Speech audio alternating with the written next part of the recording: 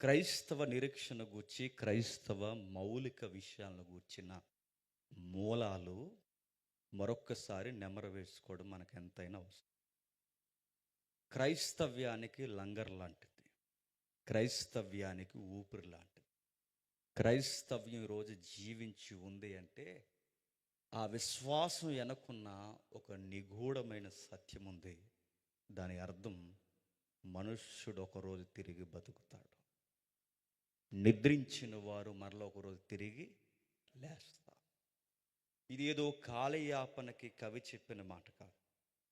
ఇది ఎవరో గోదావరి గొట్టుల మీద కూర్చుని రాసిన రచయితల మాటలు కాదు.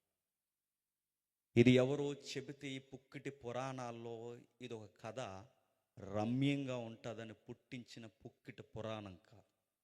ఇది వాస్తవికత, చరిత్రతో ముడిపడిన ఒక సత్యము. దానిని గూర్చి ప్రయాసపడింది మొదటి సంఘం, దానిని గూర్చి ప్రాణాలు ఇచ్చింది మొదటి సంఘం. మనుషులకి మరణం ముగింపు కాదని, మరణం తర్వాత నిత్యత్వం అనేది ఒకటి ఉందని, దానికి ముంగుర్తుగా రుజువుగా నజరేయుడైన యేసుడు మనకి ప్రథమ ఫలముగా లేచాడని, దానిని నమ్మి విశ్వసించిన వారు మరలా ఒక రోజు మరణించినను తమ తమ వరసల్లో తిరిగి లేస్తారని ఈ సారమును భుజాల మీద పెట్టుకుని అపోస్తులు ఊరు వాడ పరిగెట్టి ప్రాణాలు అర్పించారు. అది సువార్త. ఈ సువార్తను గురించి చెప్పేవాళ్ళు కరువైపోయారు, కథలు చెప్పేవాళ్ళు ఎక్కువైపోయారు, కాలయాపన చేసేవాళ్ళు ఎక్కువైపోయారు. ఇలాంటి మీటింగ్స్ ఏర్పాటు చేసినప్పుడు ఏదో ఎంటర్టైన్మెంట్ ప్రోగ్రాంకి వచ్చినట్టు ఫీలే వెళ్ళిపోతున్నారు. ఈరోజు చర్చెస్లో కూడా కళ్యాణ మండపాలకు వచ్చినట్టు వచ్చి వెళ్తున్నారు.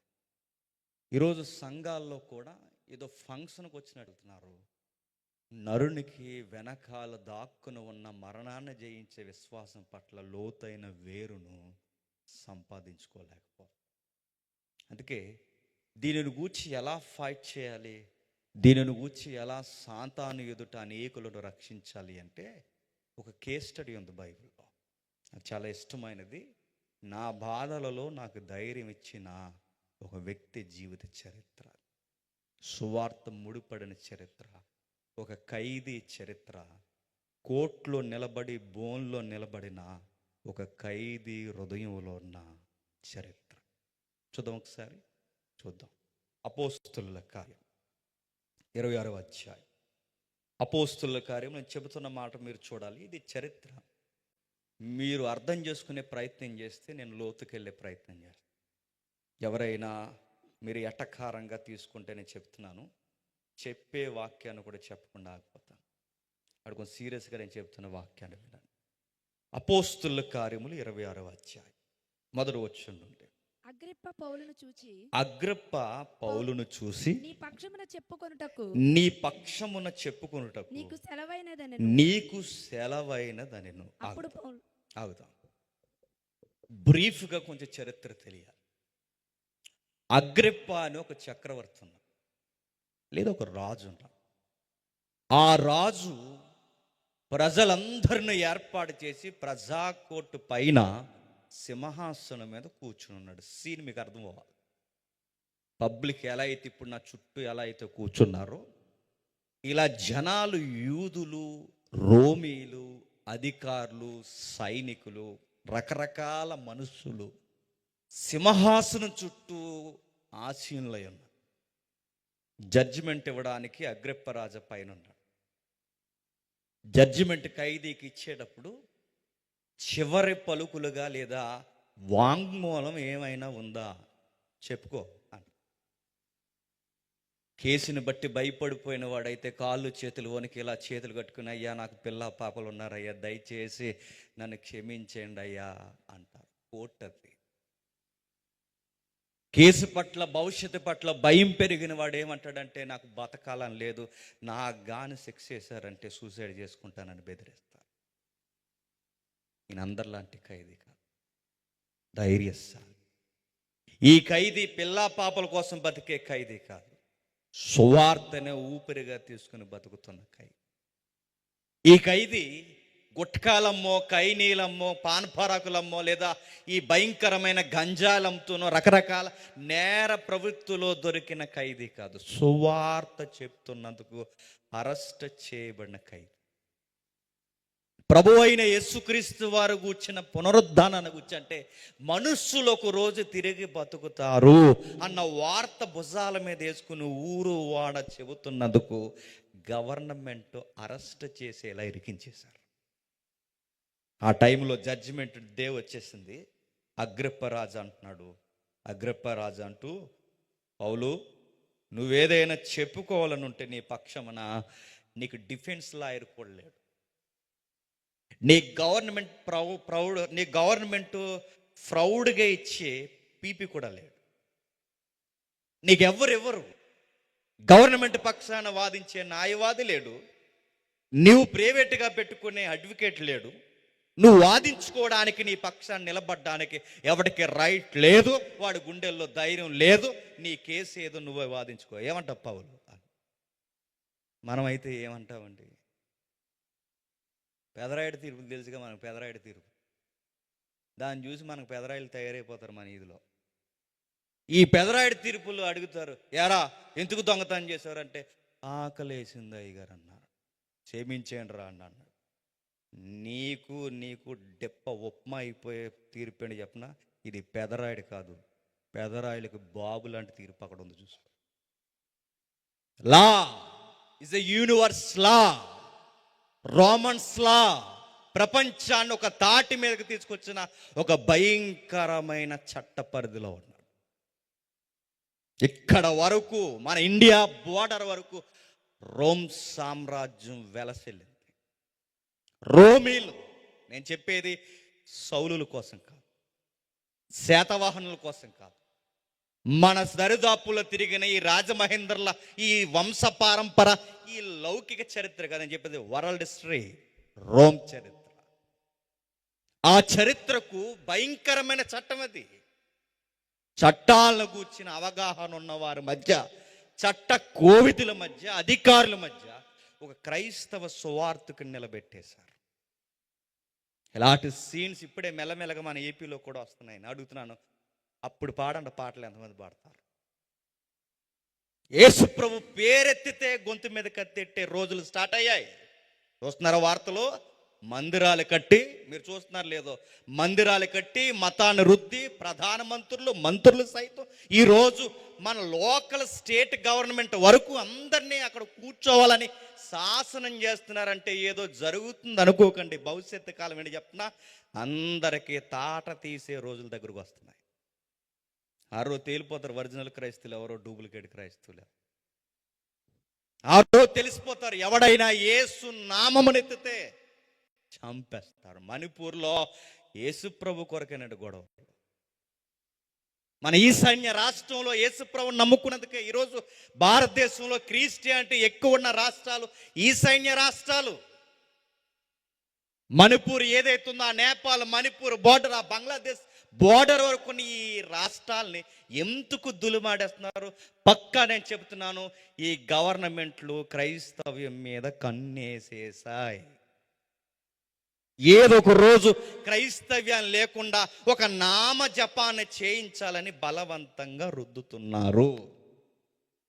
ఈ మాట నేను ఓపెన్గానే అంటున్నాను. చిన్నప్పుడు టెక్స్ట్ బుక్లో రాముడు మంచి బాలుడు అని చదువుకున్నాను. నో, ట్రెండ్ మార్చారు. రాముడు ఇతర మస్తత్తులకి బాణం వేస్తాడని ఇప్పుడు నేర్పిస్తున్నారు.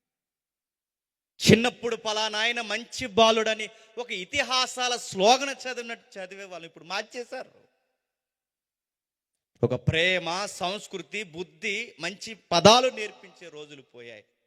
క్రిస్టియన్ అనడానికే, క్రిస్టియన్గా పుట్టినందుకే, లేదా క్రైస్తవుడు అయినందుకే ఈ దేశంలో ఎందుకు పుట్టామా అనుకునే రోజులు వచ్చేలా కొన్ని పరిస్థితుల్లో కొడుతున్నారు. మీరు చూడండి, ఇంతకన్నా 1000 రెట్లు ఎక్కువ రోమ ప్రభుత్వం, ఇంతకన్నా వేల రెట్లు ఎక్కువ నేరం చేసిన వాడిని, నేరం చేయని వాడిని వాళ్ళకి ఎగెనిస్ట్గా వేరొక ఫైనల్ గవర్నమెంట్ ఫామ్ అవుతుందంటే ఆ గవర్నమెంట్కి మూలమైన చంపేస్తారు. పౌలు గారిని తీసుకొచ్చారు.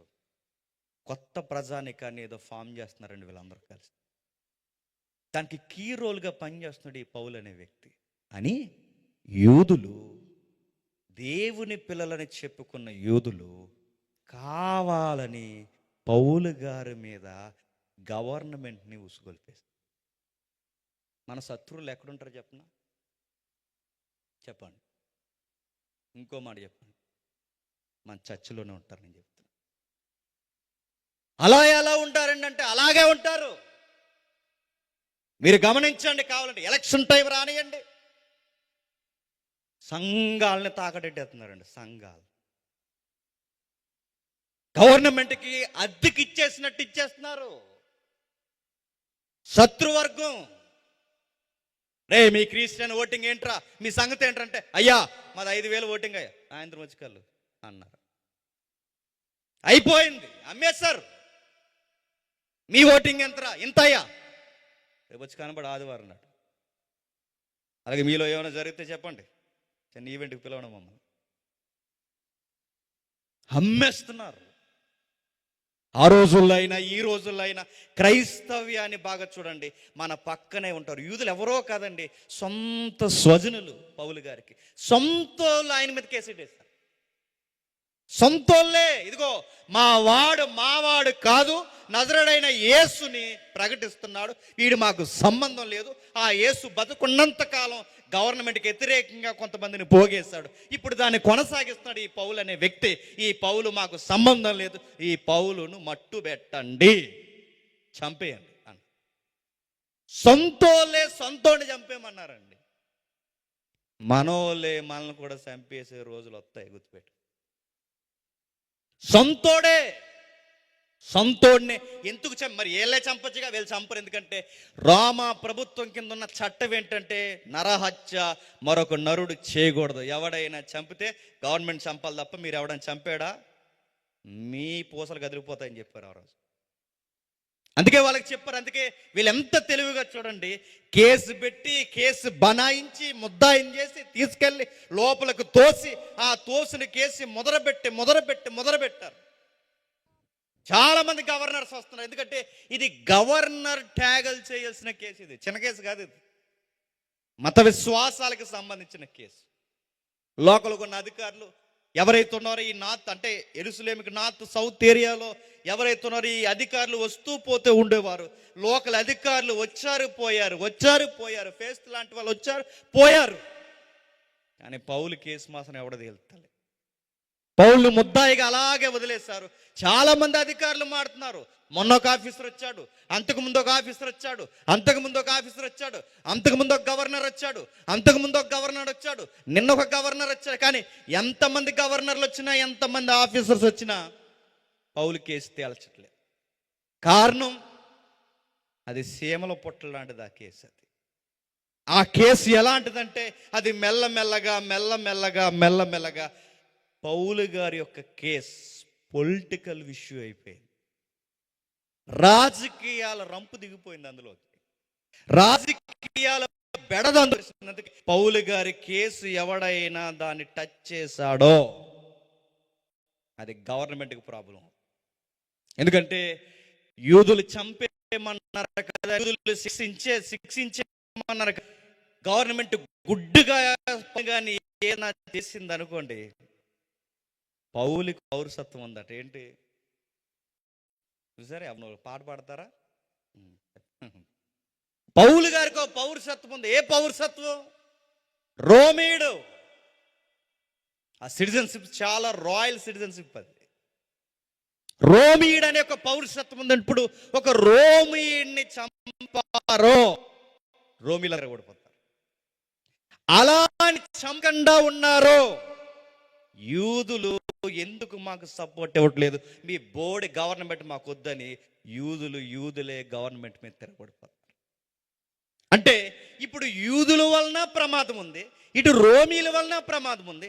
అటు రోమీయుడు ఇటు యూదుడు ఈ ఇద్దరు తెగలకి కీలక పాత్రగా మధ్యలో అరెస్ట్ అయిన ఖైదీగా ఉన్నాడు ఎవరు? పౌలు గారు. ఇలాంటి సిచ్యువేషన్ మధ్య ఆయన తీసుకెళ్ళి నీ కేసు సంగతి ఏంటని అడుగుతున్నారట. ఇలాంటి టైంలో పౌలు గారు చూడండి ఏం చెప్తాడండి. ఏం చెప్తాడు? అయ్యా నేను రోమీయుడని పౌరసత్వం ఉపయోగించుకుని బయటకు వచ్చేయాలా? అయ్యా, ఈ యూదులు దుర్మార్గులని చెప్పాలా? లేదా దొరక్క దొరక్క దొరక్క దొరక్క ఒకేసారి ఎంత పబ్లిక్ దొరికారు ఇప్పుడు పౌలుకి, వీళ్ళందరికీ ఒకేసారి సువార్త చెప్పాలా? నిజమైన క్రైస్తవుడికి ఏముంటుంది చెప్పనా? నేను మళ్ళీ చెప్తున్నాను, నువ్వు క్రైస్తవుడో కాదో, నువ్వు నిజంగా మారు మనసు పొందావో లేదో నీకు ఎక్కడ తెలిసిపోతా చెప్పనా?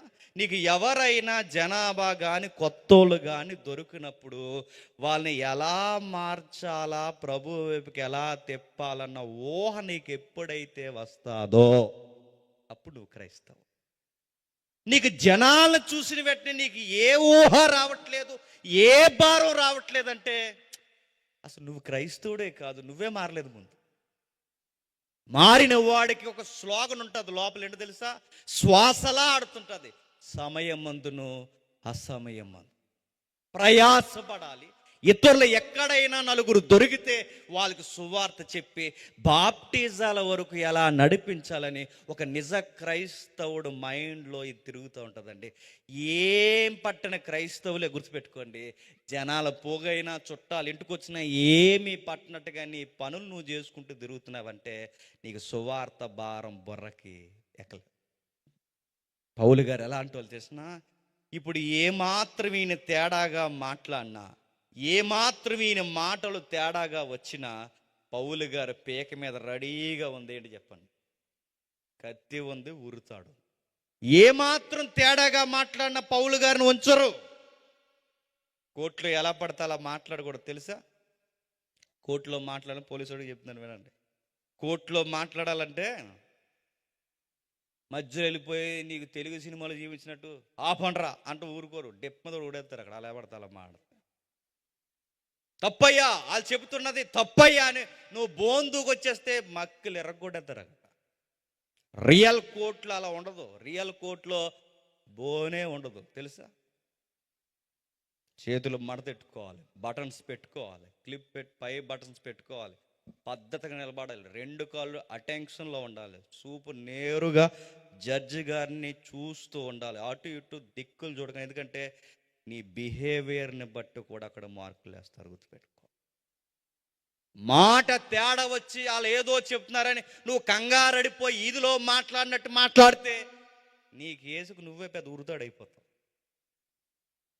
కోర్టులో అటెన్షన్, మాట్లాడడానికి సమయం ఉంటుంది, మాట్లాడకుండా ఉండడానికి సమయం ఉంటుంది, డిఫెన్స్కి అవకాశం ఉంటుంది, కౌంటర్కి అవకాశం ఉంటుంది, కేసు నడవడానికి అవకాశం ఉంటుంది.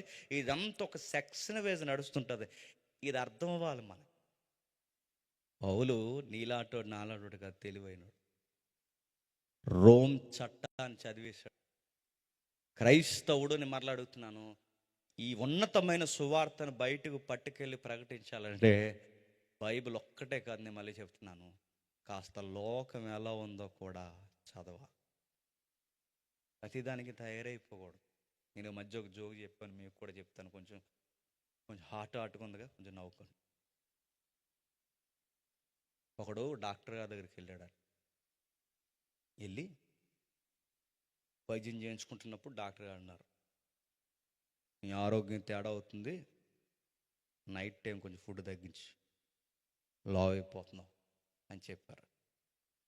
ఏం చేయమంటారు సార్ అంటే, చపాతీ తిను అని. అప్పుడు ఈడన్నాడట, భోజనానికి ముందు తినమంటారా, భోజనం తర్వాత తినమంటా అన్నాడు. కింద కామెంట్ పెట్టారు, భోజనానికి ముందు 2 తినరా, తర్వాత ఇంకో 2 తిను అన్న. మీకు ఏం అర్థమవుతుంది? డాక్టర్కి వైద్యం తెలిస్తే సరిపోదు, చెప్పండి. చేయించుకోవడానికి వెళ్ళిన వాడికి కూడా బేసిక్ థింక్ ఉండాలి, గుర్తుపెట్టుకోండి. ఆ జ్ఞానం నీకు లేకపోతే భోజనానికి ముందు, భోజనం తర్వాత 2 తింటాం. మనకి తెలియాలంటే ఒక జడ్జిమెంట్ ముందు నిలబడినా, ఒక డాక్టర్ ముందు నిలబడినా, ఒక సొసైటీలో ఒక అధికారి ముందు నిలబడినా అసలు నీ చుట్టూ ఉన్న బౌండరీస్ ఏంటి, మినిమం నాలెడ్జ్ ఉండాలి. తగునమ్మా అని బైబిల్ పట్టుకుని వెళ్ళిపోతే నేను అడుగుతున్నాను, ఎందుకు తన్నులు తింటున్నారు? డిఫెండ్ చేయడం రాక. వాడొచ్చి ఈడొచ్చి నీకు సువార్త పర్మిషన్ ఉందా ఆప అడుగుతున్నాను. ఈ మాట అనకూడదు, కానీ అసలు వాళ్ళెవరు మనల్ని అడగడానికి? మన పరిధి ఏంటో మనకు తెలిసినప్పుడు, మన ప్రకటన ఏంటో మనకు తెలిసినప్పుడు, మనం ఏం మాట్లాడాలో మనకు తెలిసినప్పుడు, మన రుజువులేంటో మనకు తెలిసినప్పుడు, మన ప్రమాణం ఎంత గట్టిదో మనకు తెలిసినప్పుడు నేను అడుగుతున్నాను, అధికారుల ముందు నిలబడి పౌలు లాంటి ధైర్యంతోనే మాట్లాడతామా? ఎందుకంటే మన వ్యూ వేరు, మన దిక్చూసి వేరు, మన కోణం వేరు, మన విశ్వాసం వేరు. ఎలా పడితే అలా కామెడీ యాక్టర్లా మనం ప్రవర్తించకూడదు. ఇదిగో క్రైస్తవ్యం అంటే దానికి ఒక డిగ్నిటీ ఉంది. క్రైస్తవ్యం అంటే దానికి ఉన్నతమైన ఒక శిఖరం లాంటి ఒక దిక్కు ఉంది. అదే పునరుద్ధానం. దాన్ని చూపించడానికి ప్రయత్నం చేస్తున్నాడు పౌలు. నిలబడ్డాడు. అగ్రిప్ప రాజా, 2వ వచనం, తమరు యూదులలో ఉండు సమస్తమైన ఆచారములను వివాదములను విశేషముగా ఎరిగిన వారు గనక యూదులు నా మీద మోపిన నేరములన్నీ గూర్చి ఒక జడ్జి గారికి ఏం తెలుసట? యూదులు వారి వివాదాలు, యూదులు వారి ఆచారాలు అంటే ఒక రాజుగా, ఒక జడ్జిగా వ్యవహరిస్తున్న వాడికి చుట్టూ ఉన్న కల్చర్ అంతా తెలుసు. తెలియదు కదండి అధికారం అంటే. ఊరికే అధికారులు అయిపోతారా? ఎవడ అన్నాడట అధికారి అయిపోయి, ఏమన్నాడంటే అధికారి అయిపోయిన తర్వాత ఎవరో అంతకులేడు, నేనే పడ్డాం. అది మాకు డిపార్ట్మెంట్లో వచ్చిన తర్వాత ఒకరోజు గవర్నమెంట్ వచ్చింది. ఏ గవర్నమెంట్ అని నన్ను అడగను. గవర్నమెంట్ వచ్చిన తర్వాత ఆ టైంలో ఆయన్ని అడిగారు అన్నమాట. ఆ డిపార్ట్మెంట్కి ఇన్ఛార్జిగా పనిచేస్తున్నారు. డిపార్ట్మెంట్కి ఇన్ఛార్జి ఏ కేటగిరీలో ఉంటుందో మీకు అర్థం అవ్వాలి. ఎవరన్నా అడగండి, నన్ను అన్ని డీటెయిల్గా చెప్పకూడదు లైవ్లో. ఆయన ఇన్ఛార్జిగా పనిచేస్తున్నప్పుడు ఆ టైంలో ఈ డిపార్ట్మెంట్ వెళ్ళి అడిగారు, సార్ వీక్లీ ఆఫ్ ఇవ్వండి సార్ అని అడిగారు. వీక్లీ ఆఫ్ అంటే వారానికి ఒక సెలవు ఇవ్వండి సార్. అన్ని డిపార్ట్మెంట్లో రెస్ట్ లేని డిపార్ట్మెంట్ ఏదైనా ఉందంటే పోలీస్ డిపార్ట్మెంట్ సార్, మాకు వీక్లీ ఆఫ్ ఇవ్వాలి సార్ అంటే అప్పుడు ఆయన అన్నాడు, చూడండి తెలివితేటలు, అర్థమయ్యే వాళ్ళకి అర్థమవుతుందండి, అందరికి అర్థమవుతుంది. ఆయన గారు అన్నాడు, ఏమని చెప్పినా అందరూ ఒకే రోజు సెలవు తీసుకుంటే ఎలా కుదురుద్ది అన్నాడు. మామూలు తెలివితేటలు కాదనమాట. వీక్లీ ఆఫ్ అంటే అందరూ ఒకరోజు సెలవు వేసుకుంటారని కాదు. చెప్పండి, వారంలో ఎవడో ఒకడు సెలవు పెట్టుకుంటాడు. అది కూడా అయ్యగారికి అర్థం లేదంటే బావుగారిది మామూలు నాలెడ్జ్ కదన్న. ఒక అధికారి లోకల్ విషయాలు తెలియాలి. అగ్రిప్పకి తెలుసట మా ఆచారాలు ఏంటో, మా ఎమోషన్స్ ఏంటో, మా ట్రెడిషన్స్ ఏంటో మీకు అన్నీ తెలుసు రాజా. మా కల్చర్ మీకు తెలుసు, మా ట్రెడిషన్ మీకు తెలుసు, ఇదిగో మా మౌలికమైన విషయాలు మీకు తెలుసు. వాటిని కూర్చున్న ఎన్ని వివాదాలు ఇంకా ఫైల్ మీ గవర్నమెంట్ కింద ఉన్నాయి మీకు తెలుసు. అవి తెగవని కూడా మీకు తెలుసు, ఎందుకంటే ఈ మత సంబంధమైన గొడవలు తెగవని మీకు తెలుసు. అయితే ఈ మత సంబంధమైన విషయాలు ఏమి నేను ఏమి ఎత్తట్లేదు రాజా. అయితే నాది మనవి, యూదులు నా మీద మోపిన నేరములన్నిటిని గూర్చి నేడు తమరి ఎదుట సమాధానము చెప్పబోచున్నందుకు నేను ధన్యుడినని అనుకొనుచున్నాను. ఒక మాట అడుగుతున్నాను, చెప్పండి. అగ్రిప్ప రాజా తమ యూదులతో ఉండిన సమస్త వివాదములు గూర్చి ఆజాను విశేషంగా వెరిగితే యూదులు నా మీద మోపిన నేరములన్నిటి గూర్చి తమరి ఎదుట సమాధానము చెప్పుకొనుచున్నాను. ఒక మాట అడుగుతున్నాను, చెప్పండి. జడ్జి గారిని లేదా రాజు గారిని, అధికారిని పౌలు గారు గౌరవిస్తున్నాడా, గౌరవించట్లేదు? చెప్పండి. మనలో ఉన్న అతి ఆత్మీయత ఏంటి చెప్పనా? కొంతమంది ఉంటారండి, అదో ఎక్స్ట్రీమ్. మనలో ఉన్న అతి ఆత్మీయత ఏంటి చెప్పనా? మేము దేవుని తప్ప ఎవరిని గౌరవించమండి. ఇదో రకం ఉంటారు తెలుసా. ఇలాగెళ్ళి మక్కలు ఎరగొడతారు బయటకు వెళ్తే. మేము దేవుని తప్ప ఎవరిని గౌరవించమండి, మేము దేవునికి తప్ప ఎవరికే తలదించమంటే పౌలుని చూసి నేర్చుకో. అధికారులను కూడా గౌరవించాలి. అధికారిని గౌరవిస్తున్నాడు. అదిగో తమరు ఎదుట, తమరు గౌరవ్ ఆనరబుల్ ఆఫీసర్ సర్జీ, తన ఎంత హంబుల్గా మాట్లాడుతున్నాడో చూడండి. ఆయన మాట్లాడుతూ తమరు ఎదుట సమాధానము చెప్పుకోబోచున్నందుకు నేను ధన్యుడను. ఇదిగో మీరు నాకు ఈ అవకాశం ఇచ్చినందుకు నేను చాలా చాలా వినమ్రతతో మీ ఎదుట నేను మాట్లాడుతున్నాను. ధన్యత. ఒక మాట అంటున్నాడు, తాలిమితో నా మనవి వినవలనని ఏంటంట? మీరు అవకాశం ఇచ్చారు కదా, నా ఇష్టం వచ్చినట్టు మాట్లాడండి సార్. నేను అడుగుతున్నాను, అధికారులు ఎదుట దురుసుగా మాట్లాడితే, అధికారులు ఎదుట నోటుకొచ్చినట్టు మాట్లాడితే ఏమవుద్ది చెప్పాలి? ఏమవుద్ది? అధికారుల దగ్గరికి వెళ్ళావు అనుకోండి, వెళ్ళినప్పుడు దురుసుగా మాట్లాడితే ఏమవుద్ది? ఏమవుద్ది? మనల్ని కొడతారు, మనల్ని కొట్టిన పెద్ద విషయం కాదు. కానీ ఒక అధికారికే నువ్వు సువార్త చెప్పడానికి వెళ్ళినప్పుడు అక్కడ దురుసుగా మాట్లాడితే కుదురుద్దా? ఎంత చక్కటి జ్ఞానం కలిగి ఉన్నాడు చూడండి. ఎలా మాట్లాడాలో అలా మాట్లాడి జనాలను తన వైపుకు తిప్పుకుంటున్నాడు చూడండి. తెలివైనోడండి పౌలు. ఎంత తెలివైనోడంటే, మీరు తాళమితో అంటే కొంచెం ఓపికగా నా మాట్లాడినాడు సార్, కొంచెం ఓపికగా వినాడు సార్. ఎందుకంటే నా కేసు ఎవరు తేల్చట్లేదు సార్. ఆ గవర్నర్ వచ్చాడు, ఈ గవర్నర్ వచ్చాడు, ఆ ఆఫీసర్ వచ్చాడు, ఈ ఆఫీసర్ వచ్చాడు. ఎందరో గవర్నర్స్ మారిపోయారు, ఎందరో ఆఫీసర్స్ మారిపోయారు సార్. సుపీరియర్ ఆఫీసర్స్ అనుకున్న వాళ్ళు కూడా చేతులెత్తి వెళ్ళిపోయారు సార్. తిరిగి నా గొడవని రాజకీయాలు చేసి పాడేశారు సార్. చివరికి ఈ కేసుని మీ ఎదురుకు తీసుకొచ్చి పెట్టారు సార్. మీరైనా నా కేసు ఓపికగా వినండి సార్. ఎందుకంటే నా కేసు వాదించడానికి లాయర్లు, నా కేసు వాదించడానికి నా పక్షం నిలబడే ధైర్యం ఉన్నవారు ఎవరు? ఎందుకంటే ఆ సంస్కృతి ఆ కోర్టులో ఉందో లేదో కూడా మనకు తెలియదు. అందుకే సార్, మీరు ఇచ్చిన పర్మిషన్ ప్రకారం నా బాధ ఏదో నేనే చెప్పుకున్నాను. ఇక్కడ గమనించాల్సింది ఏంటి చెప్పనా? ఒకటి, పౌలు మీద ఉన్న కేసు ఏంటో పౌలు గారు చెప్పుకోవాలి. 2, తన ఎదుట నిలబడిన అగ్రిప్ప రాజా కూడా సువార్తనే చెప్పాలి. 3, అగ్రిప్పకే కాదు, తన చుట్టూ ఉన్న ప్రజలందరూ చూస్తుండగా సువార్త చెప్పాలి. అంటే ఒక మాట అడుగుతున్నాను, ఒకే సమయంలో కేసు ఏంటో తేలిపోవాలి, ఒకే సమయంలో జడ్జి గారికి సువార్త అందేయాలి, ఒకే సమయంలో వచ్చిన పబ్లిక్ అందరికీ సువార్త అందాలి. ఈ ఒక్క సమయాన్ని నేను అడుగుతున్నాను, ఉపయోగించుకోవాలంటే పౌలు గారికి ఎంత పరిశుద్ధాత్ముడు అవసరం ఒకసారి మీరు గమనించండి. మనం అయితే ఏం చేద్దామండి? ఇలా అంటున్నాను, బాధపడకండి. ఓ పాట పాడదు ముందు. ఎందుకంటే సెరసాల్లో పాడొచ్చాడు కదండి. ఎవరు? పౌలు గారు సెరసాల్లో పాటలు పాడాడుగా. ఒక మాట నేను చెప్పనా, పాటలు ఎక్కడ పాడాలో తెలియాలి, సువార్త ఎక్కడ చెప్పాలో తెలియాలి, ఏ సమయం ముందు ఏది ఉపయోగించాలో తెలియాలి. పాడడం తప్పండి అంటలేదు, పాడండి, ప్రతి దానికి సమయం కాదు. నేను ఎందుకు చెప్తున్నాను? మిమ్మల్ని విమర్శ కాదు, గుర్తుపెట్టుకోండి. మనల్ని మనం సర్దుకుందాం, గౌరవించుకుందాం. పౌలు గారికి చాలా తక్కువ సమయం దొరికింది. ఈ తక్కువ సమయంలో కేసు ఏంటి ఎక్స్ప్లెనేషన్ ఇవ్వాలి, ఈ తక్కువ సమయంలో నజరుడైన యేసుని గురించి చెప్పాలి, ఈ తక్కువ సమయంలో పబ్లిక్కి ఒకేసారి వెదజల్లినట్టు సువార్త చెప్పాలి, ఒకేసారి పబ్లిక్కి సువార్త వెళ్ళాలి, యేసు ప్రభు గూర్చి చెప్పాలి, తన గూర్చి తానేంటో చెప్పుకోవాలి.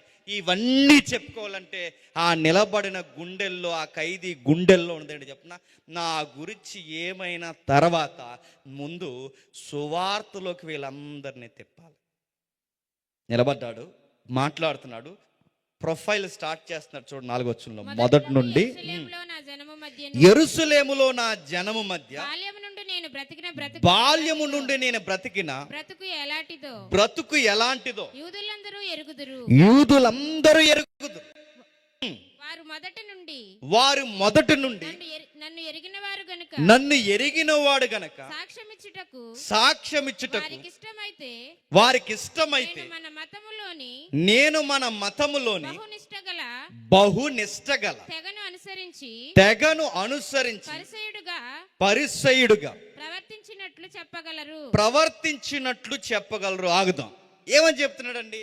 నా బాల్యము నుండి నా లైఫ్ స్టైల్ ఎలా ఉందో ఇప్పుడు నా మీద నేరం మోపిన వాళ్ళందరికీ తెలుసు. ఒకప్పుడు రాజా, ఒక మాట చెప్తున్నాను రాజా, ఒకప్పుడు నేను బాలుడుగా యవ్వనుగా ఉన్నప్పుడు నన్ను నెత్తి మీద పెట్టుకున్నది ఈ ప్రజలే రాజా. ఒకప్పుడు నన్ను నెత్తి మీద పెట్టుకుని ఊరేగించింది వీళ్ళే, నన్ను నెత్తి మీద పెట్టుకుని ఊరంతా తిప్పింది వీళ్ళే. ఒకప్పుడు నేను నచ్చాను, మావాడు సౌలు అని చెప్పి నాకు పత్రికలు ఇచ్చి అనేక మందిని చంపేమని నన్ను ప్రేరేపించింది కూడా వీళ్ళే. ఒకప్పుడు వీళ్ళకి నచ్చాను రాజా, ఇప్పుడు వీళ్ళకి నేను నచ్చట్లేదు. ఏంటో ఒక మాట నేను చెప్పనా, కేసేంటో చెప్పేస్తున్నాడు, తానేంటో చెప్పేస్తున్నాడు. కేసుని జాగ్రత్తగా ఎక్కడికి నడిపించాలో చాలా సూటిగా చెబుతున్నాడు. చూడు, ఈ తెలివితేటలు ఉండాలండి సువార్త చెప్పే వాళ్ళకి. ఈ జ్ఞానం ఉపయోగిస్తే నేను చెప్తున్నాను, ఎవరైనా అధికారి ఇలాంటి సభకు ఆహ్వానింపడినప్పుడు అధికారి కూడా అర్థం చేసుకుని ఇంత సులభముగా మమ్మల్ని క్రైస్తవుల్ని చేయాలనుకుంటున్నారని సాక్ష్యం ఇచ్చి వెళ్ళిపోతారు. ఆ తెలివితేటలు ఉన్నాయి. పౌలు గారు చెప్తున్నారు, అయ్యా నేను ఒకప్పుడు ఎలా ఉండేవాడినో వాళ్ళని అడగని చెప్తారు. ఒకప్పుడు నేను ఎలా తిరిగేవాళ్ళనో వాళ్ళని అడగని చెప్తారు. అమాయకుల్ని చంపేశానండి, నేను స్త్రీలను ఈడ్చేసానండి, రకరకాల మనుషులను ఈడ్చి కొట్టాను సార్. ఇదిగో ఇప్పుడు అలా కొడుతున్నప్పుడు నన్ను ఊరేగించారు. ఇప్పుడు కొట్టడం కాదు, చంపడం కాదు, తోటి మానవుడిని మార్చడమే నిజమైన విశ్వాసం అని తెలుసుకుని ప్రకటిస్తున్నప్పుడు ఇప్పుడు నేను వీళ్ళకి నచ్చలేదు సార్. ఒక విషయం చెప్తున్నాను సార్, వీళ్ళందరూ ఎవరైతే నేరం కట్టారో, వీళ్ళందరూ ఎవరైతే నన్ను తీసుకొచ్చి మీ ఎదుటి నేరస్తుడిగా నిలబెట్టారో, ఇప్పటి వరకు నేను చెప్పింది ఏమన్నా అబద్ధం ఏమన్నా చెప్పానేమో వాళ్ళని ఒక మాట అడగండి అంటున్నాడు. పౌలు గారు తెలివైనడు, ఎంత తెలివని చెప్పినా ఏ సీట్ నుండి ఇరికించేస్తున్నాడు. వాళ్ళని అడుగుతున్నాడు ఏమని, ఇదిగో వీళ్ళని అడగండి, నేను చెప్పేది అబద్ధమా నిజమా ఒక మాట అడగండి అంటే, ఇప్పుడు ఇప్పటివరకు ఈయన చెప్పిందంత నిజమే. ఇప్పుడు ఈ మాటకి వాళ్ళు వకాల్తా పుచ్చుకొని, అవును సార్ నిజమే సార్, వాళ్ళు చెప్పింది ఆయన చెప్పింది నిజమే అంటే ఎక్కడో సాఫ్ట్ కార్నర్ స్టార్ట్ అవుతుంది. ఎవరి మీద?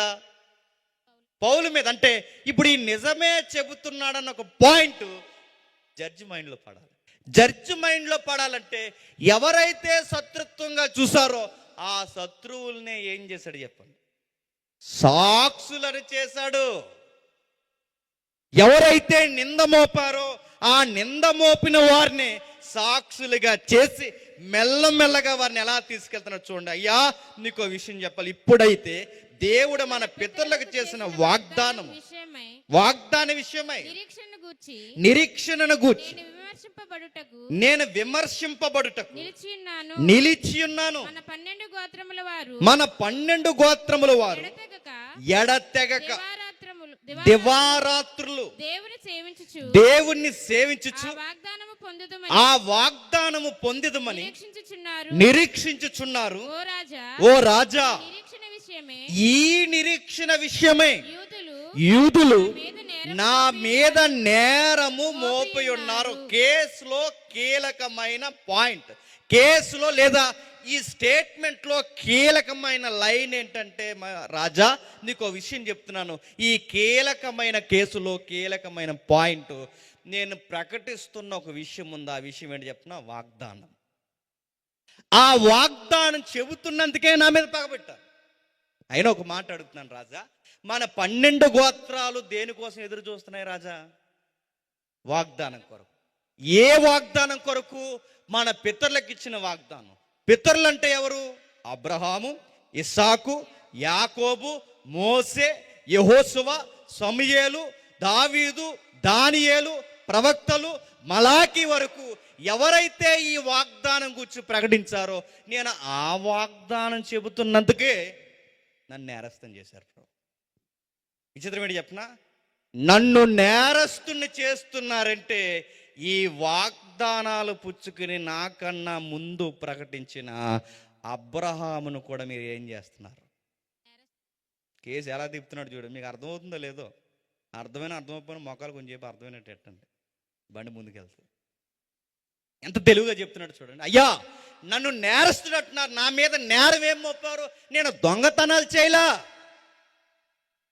ఏ ఇంట్లోకో పోయి వ్యభిచారం చేయలా, అబద్ధాలు ఆడలేదు, గవర్నమెంట్కి ఎదురు తిరగబడలేదు.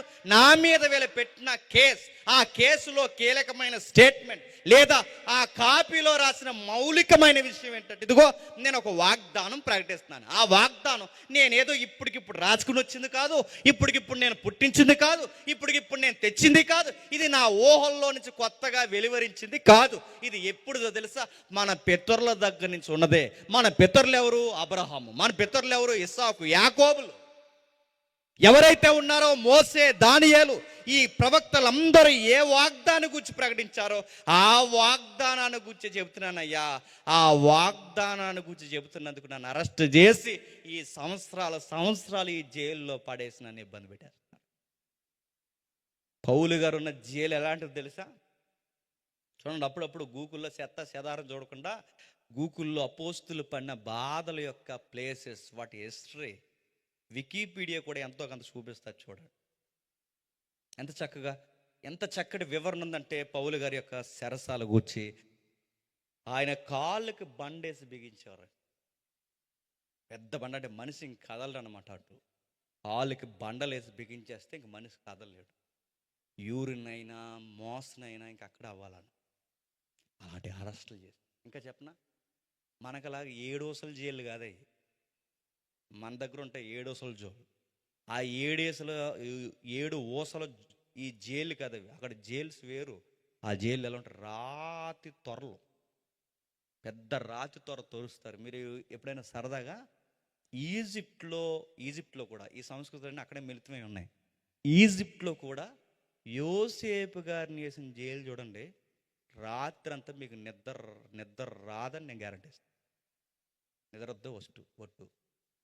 ఎందుకంటే అంత లోతుగా ఉంటాయి. ఇలా పెద్ద డొల్లగా ఉంటుందండి. మొత్తం రాతి అంతా తవ్వి ఒకే ఒక్క కన్నం ఉంటుంది. దానియేలు వేసిన జైలు కానీ, యోసేపు గారు వేసిన జైలు కానీ, భక్తులు వేసిన జైల్లో ఈ చిన్న త్వరలాగంటే ఒక మనిషి ఇలా దింపడానికంటే ఇలా సన్నగా కదలకుండా దిగితే అలా లోపల దిగుతారు అనమాట. ఈ డొలకలో నుంచి లేదా ఈ కన్నంలో నుంచి ఈ రాతి గోతులోకి లోపల పడేస్తారు. ఆ చిన్న వెలుతురు మాత్రం ఇలా వస్తుంది. ఆ వెలుతురు కూడా రాకుండా మనిషిని వేసేసిన తర్వాత మూసేస్తారు. లోపల వేసిన తర్వాత నీళ్ళు ఉండవు, సరైన ఆహారం దక్కదు. ఆ రాతి లోపలికి పోయినప్పుడు అప్పటికే పాత ఖైదీలు ఉంటారు చూసారా, అందులోనే చచ్చిపోయి ఉంటారు.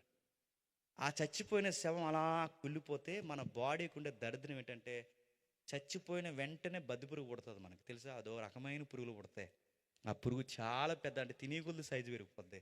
అలాంటి పురుగులు ఎక్కడైతే చిత్తగా ఉంటుందో అక్కడ జలగలు తయారవుతాయి.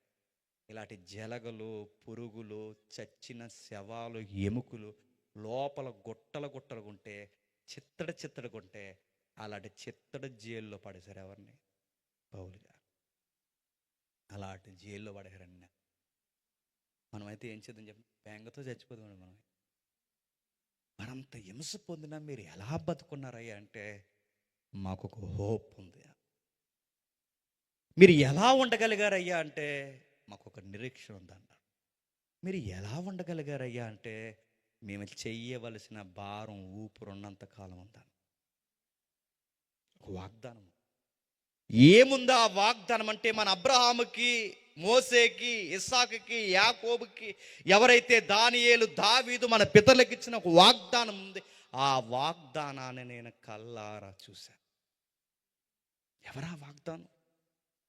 ప్రభు అయిన యేసుక్రీస్తు. మన పితరులకి ఏ వాగ్దానం అయితే దేవుడిచ్చాడో ఆ వాగ్దానం సశరీరుడుగా వచ్చాడు. వాగ్దానమే మానవ రూపంలో వచ్చింది. అయ్యా, నేను చెబుతున్న వాగ్దానం ఏ వాగ్దానాన్ని గురించి అయితే అబ్రహాం ఎదురు చూశాడో, ఏ వాగ్దానం గురించి అయితే ఇసాకు ఎదురు చూశాడో, ఏ వాగ్దానాన్ని గురించి అయితే యాకోబు ఎదురు చూశాడో, ఏ వాగ్దానం గురించి అయితే దానియేలు, దావీదు లాంటి వారు ఎదురు చూశారో, ఆ వాగ్దానం గురించే చెబుతున్నానయ్యా. ఆ వాగ్దానం ఎవరో కాదు. వాగ్దానం అంటే చీటీ కాదు. వాగ్దానం అంటే మీరు అనుకునే పట్టిక కాదు. వాగ్దానం అంటే వ్యక్తి. ఆ వ్యక్తి ఎవరో కాదు, నజరేతులో పుట్టిన యేసుడు. వాళ్ళు ఏ వాగ్దానం కొరకైతే 12 గోత్రాలు కనిపెడుతున్నాయో ఆ వాగ్దానం కోసమే నేను చెప్తున్నాను. ఆ వ్యక్తి కోసమే చెప్తున్నాను. ఆ వాగ్దానం కోసం నేను చెబుతుంటే వీళ్ళకి బాధ అయిపోతుంది, నచ్చట్లేదు. ఆ నిరీక్షణ గురించి నేను మాట్లాడుతుంటే వీళ్ళందరూ నా మీద కత్తిగట్టి, కక్షగట్టి, నా మీద కేసి పెట్టి మీ ముందు పెట్టారు. చెప్పండి సార్, నేను చెబుతున్నది వాళ్ళు నమ్మిందే చెబుతున్నాను. వాళ్ళు ఇంకా వాగ్దానం వస్తాదని ఎదురు చూస్తున్నారు. వస్తాది కాదు, ఆ వాగ్దానం వచ్చేసింది. కన్యమరియ గర్భాన పుట్టింది, మానవ ఆకారంగా కదులుతుంది. ఆ వాగ్దానం నజరేతు నుంచి వచ్చిందని నేను చెబుతుంటే వీళ్ళకి నచ్చట్లేదయ్యా. ఇది నేరం అంటారు రాజా అన్నాడు. ఇది నేరం అంటారు చెప్పండి. నా మీద ఉరి శిక్ష వేసేంత నేరం ఏముంది చెప్పండి అంటూ మొదలు పెడుతున్నాడు. చూడండి దేవుడు 8వ వచనం. మృతులను లేపునని దేవుడు మృతులను లేపునన్న సంగతి నమ్మతగినదని నమ్మతగినదని మీరెలా ఎంచుచున్నారు? మీరు ఎలా ఎంచుచున్నారు? నజరేయుడైన యేసు నామమునకు నజరుడైన యేసు నామమునకు విరోధముగా ఉమ్, అనేక కార్యములు చేయవలనని నేను అనుకుంటుని. ఉమ్, యెరూషలేములో నేను ఎలాగూ చేసి తిని, యెరూషలేములో నేను ఎలాగ చేసిన 8వ వచనం ఒకసారి చదవండి. 8వ వచనం. యూదులు నా మీద నేరము మోపి యూదులు నా మీద 8వ వచనం. దేవుడు మృతులను లేపునని లేపునను సంగతి నమ్మతగినదని నమ్మతగనిదని మీరెలా మీరు ఎలా ఎంచుచున్నారు? Question mark. అసలు నేను చెప్పే పాయింట్ ఏంటి? ఇదిగో, చనిపోయిన వ్యక్తులు మళ్ళీ బతుకుతారు రాజా అని చెప్తున్నాను. రాజా నీకు ఒక విషయం చెప్తున్నాను రాజా. దేవుడు మృతులను లేపుతాడని దేవుడు ఒక పక్షాన అబ్రహాము దగ్గర నుంచి చెబుతుంటే, మరో వర్గం మృతులు లేవరని చెబుతున్నారు రాజా అని ఒక పాయింట్ పబ్లిక్లోకి వదిలేశాడు. చూడ పౌలు గారు ఎంత తెలివన్నాడంటే, ఎప్పుడైతే ఈ ఆడియన్స్ విన్నారు కానీ వీళ్ళిద్దరూ కలిసిపోయి 2 తెగలు కలిసిపోయి పరిసయ్యులు శాస్త్రులు, ఈ పరిసయ్యులు సద్దుకయ్యులు పరిసయ్యులు ఇలా కలిసిపోయి వీళ్ళు కలిసిపోయి కేసెట్టేశారు. ఎవరి మీద? పౌలు గారి మీద.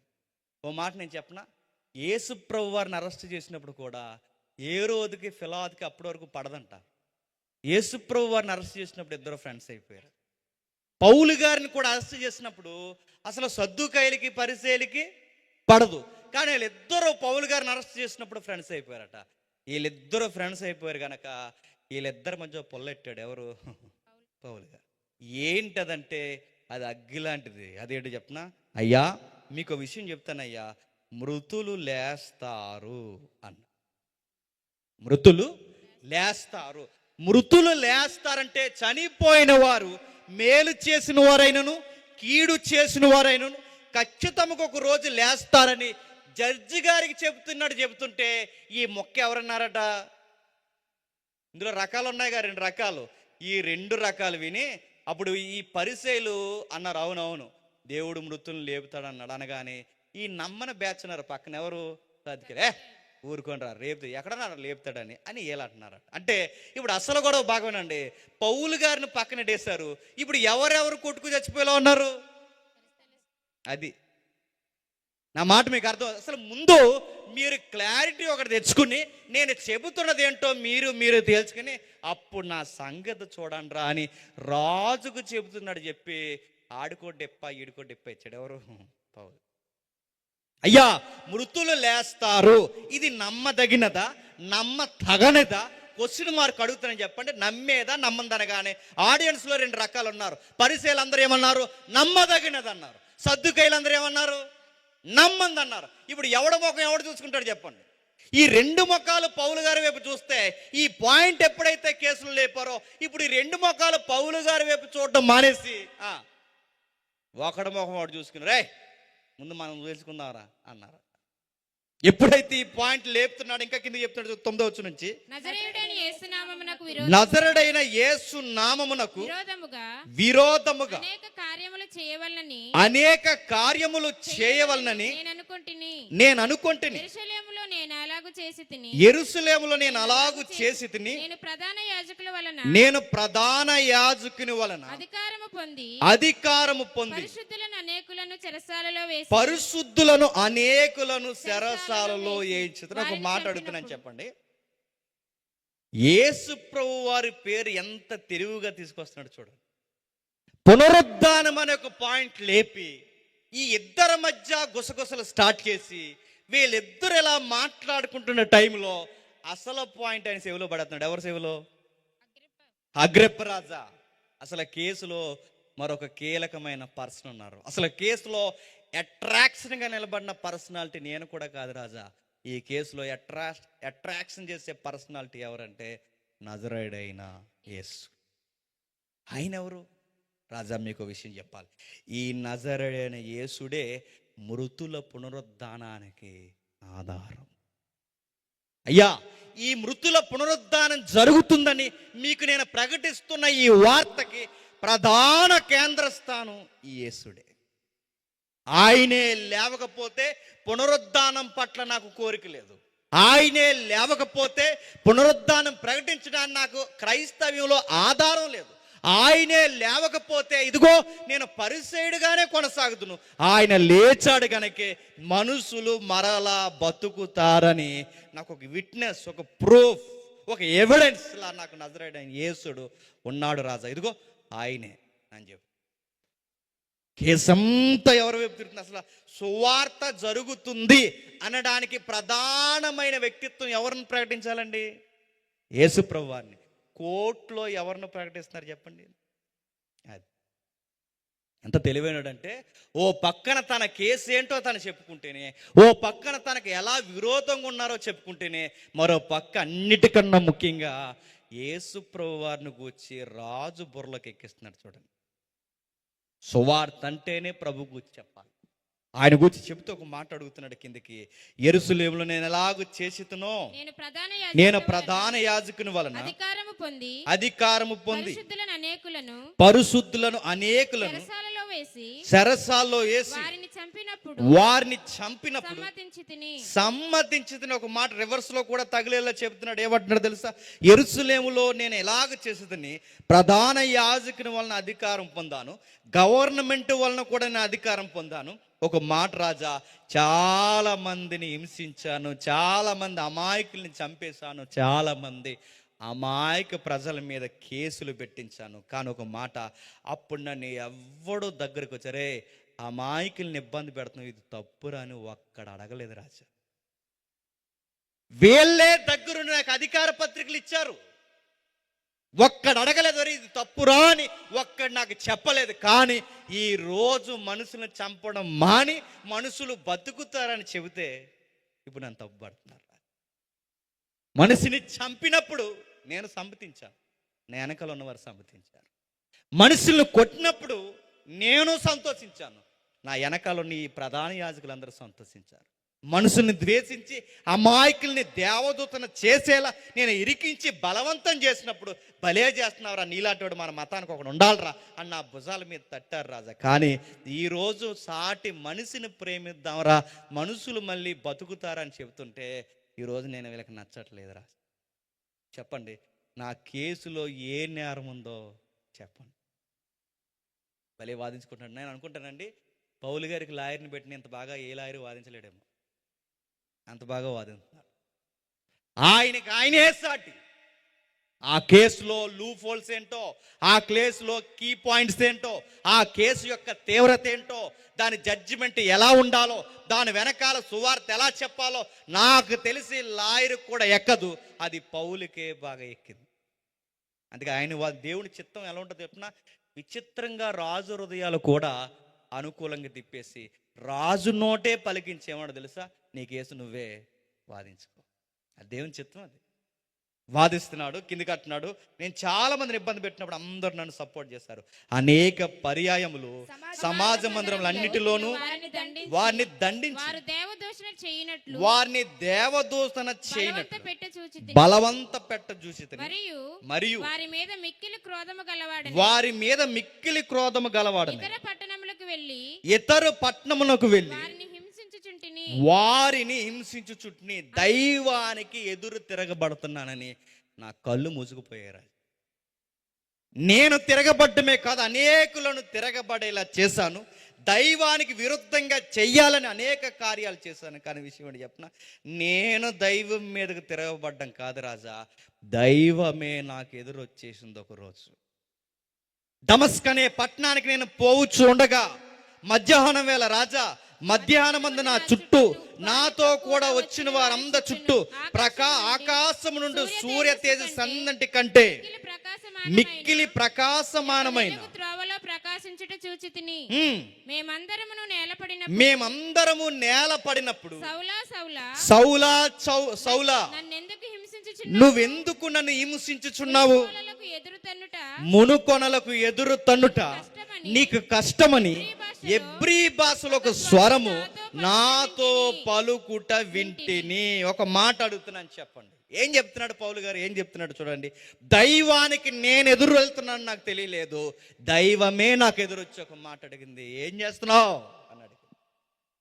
సూర్యుడి కన్నా మహా వెలుగు, సూర్య తేజస్ కన్నా మహా వెలుగు. ఎందుకంటే ఆ వెలుగు ముందు ఆ రోజు సూర్యుడు కూడా నాకు కనబడలేదు.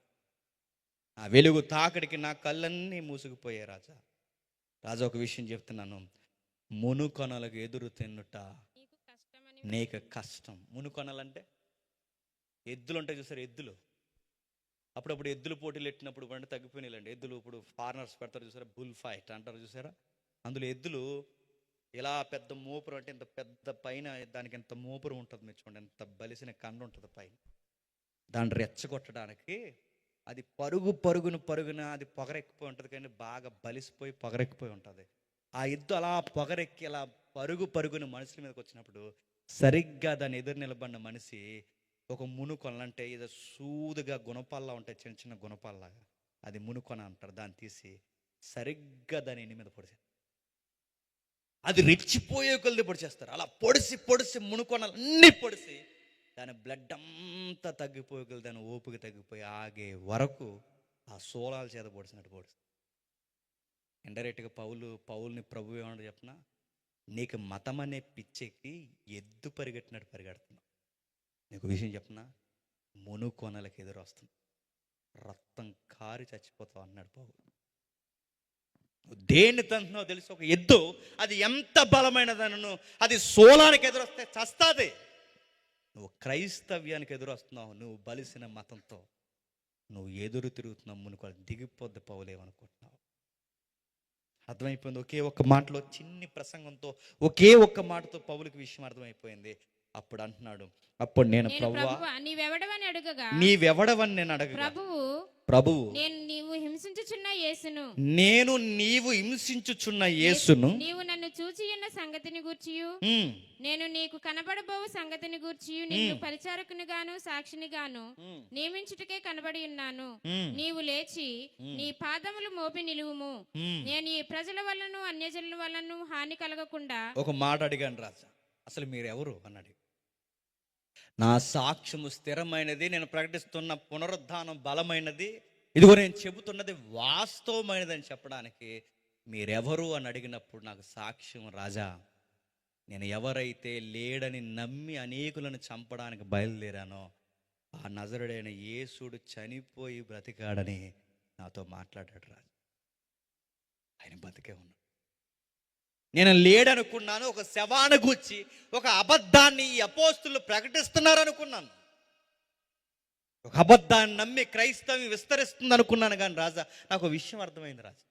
సార్ ఆయన బతికే ఉన్నాడు, ఆయన మరణించి తిరిగి లేచాడు. ఆ రోజు నాకు జ్ఞానోదయం కలిగింది సార్. ఆ రోజే నేను నిలబడిపోయాను సార్. ఆ రోజే నాకు ఒక విషయం అర్థమైంది సార్. ఆయన ఒక మాట చెప్పాడు, నీకు కలవబో సంగతిని గూర్చి నిన్ను పరిసారకునిగా సాక్షిగా నేను నియమిస్తున్నాను. ఇంకా క్లారిటీగా ముందు వచ్చిన ఉంటుందా 9వ అధ్యాయంలో ఏమని తెలిసి, ఇదిగో నువ్వు రాజుల ఎదుటను అధికారుల ఎదుటను అన్యజనుల ఎదుటను నీవు నాకు సాక్షిగా ఉండాలి.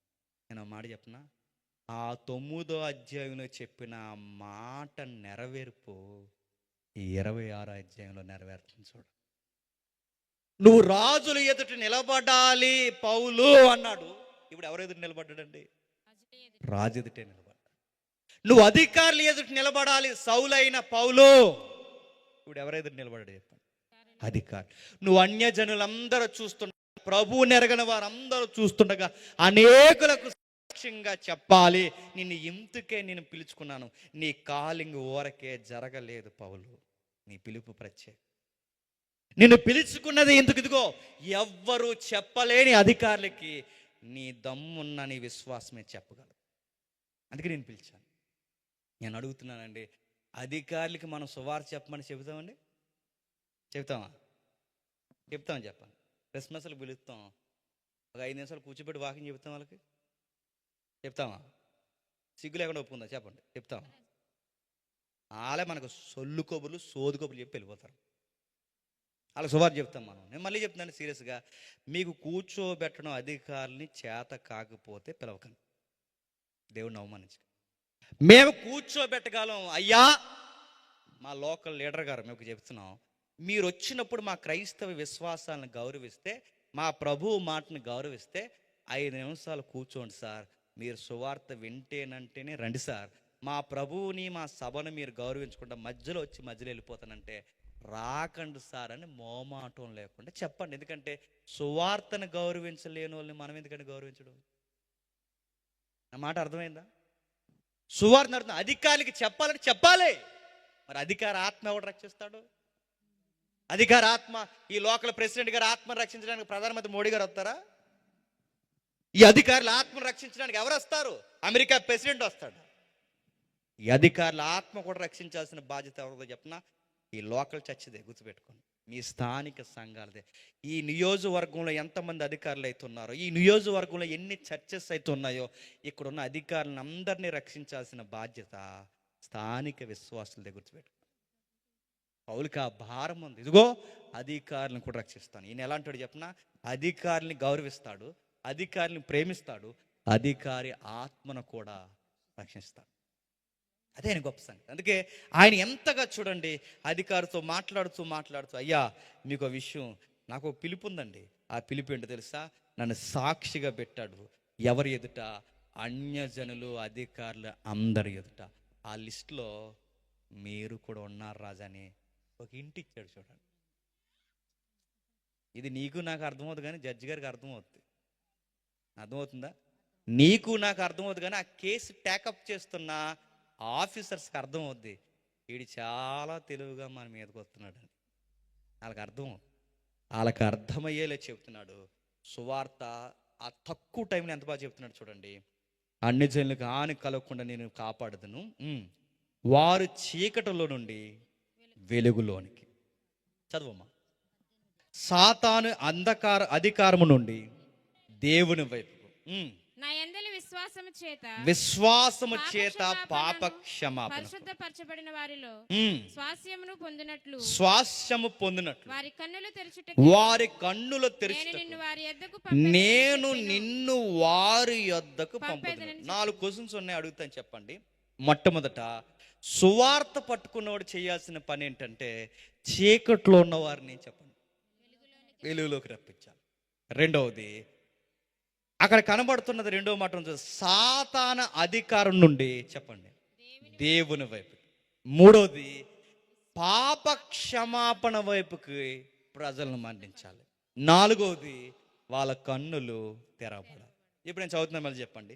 చీకట్లో నుంచి వెలుగులోకి రావాలి అంటే ఎవరిని ప్రకటిస్తే జనులు చీకట్లో నుంచి వెలుగులోకి వస్తారు చెప్పండి? యేసును గూర్చి.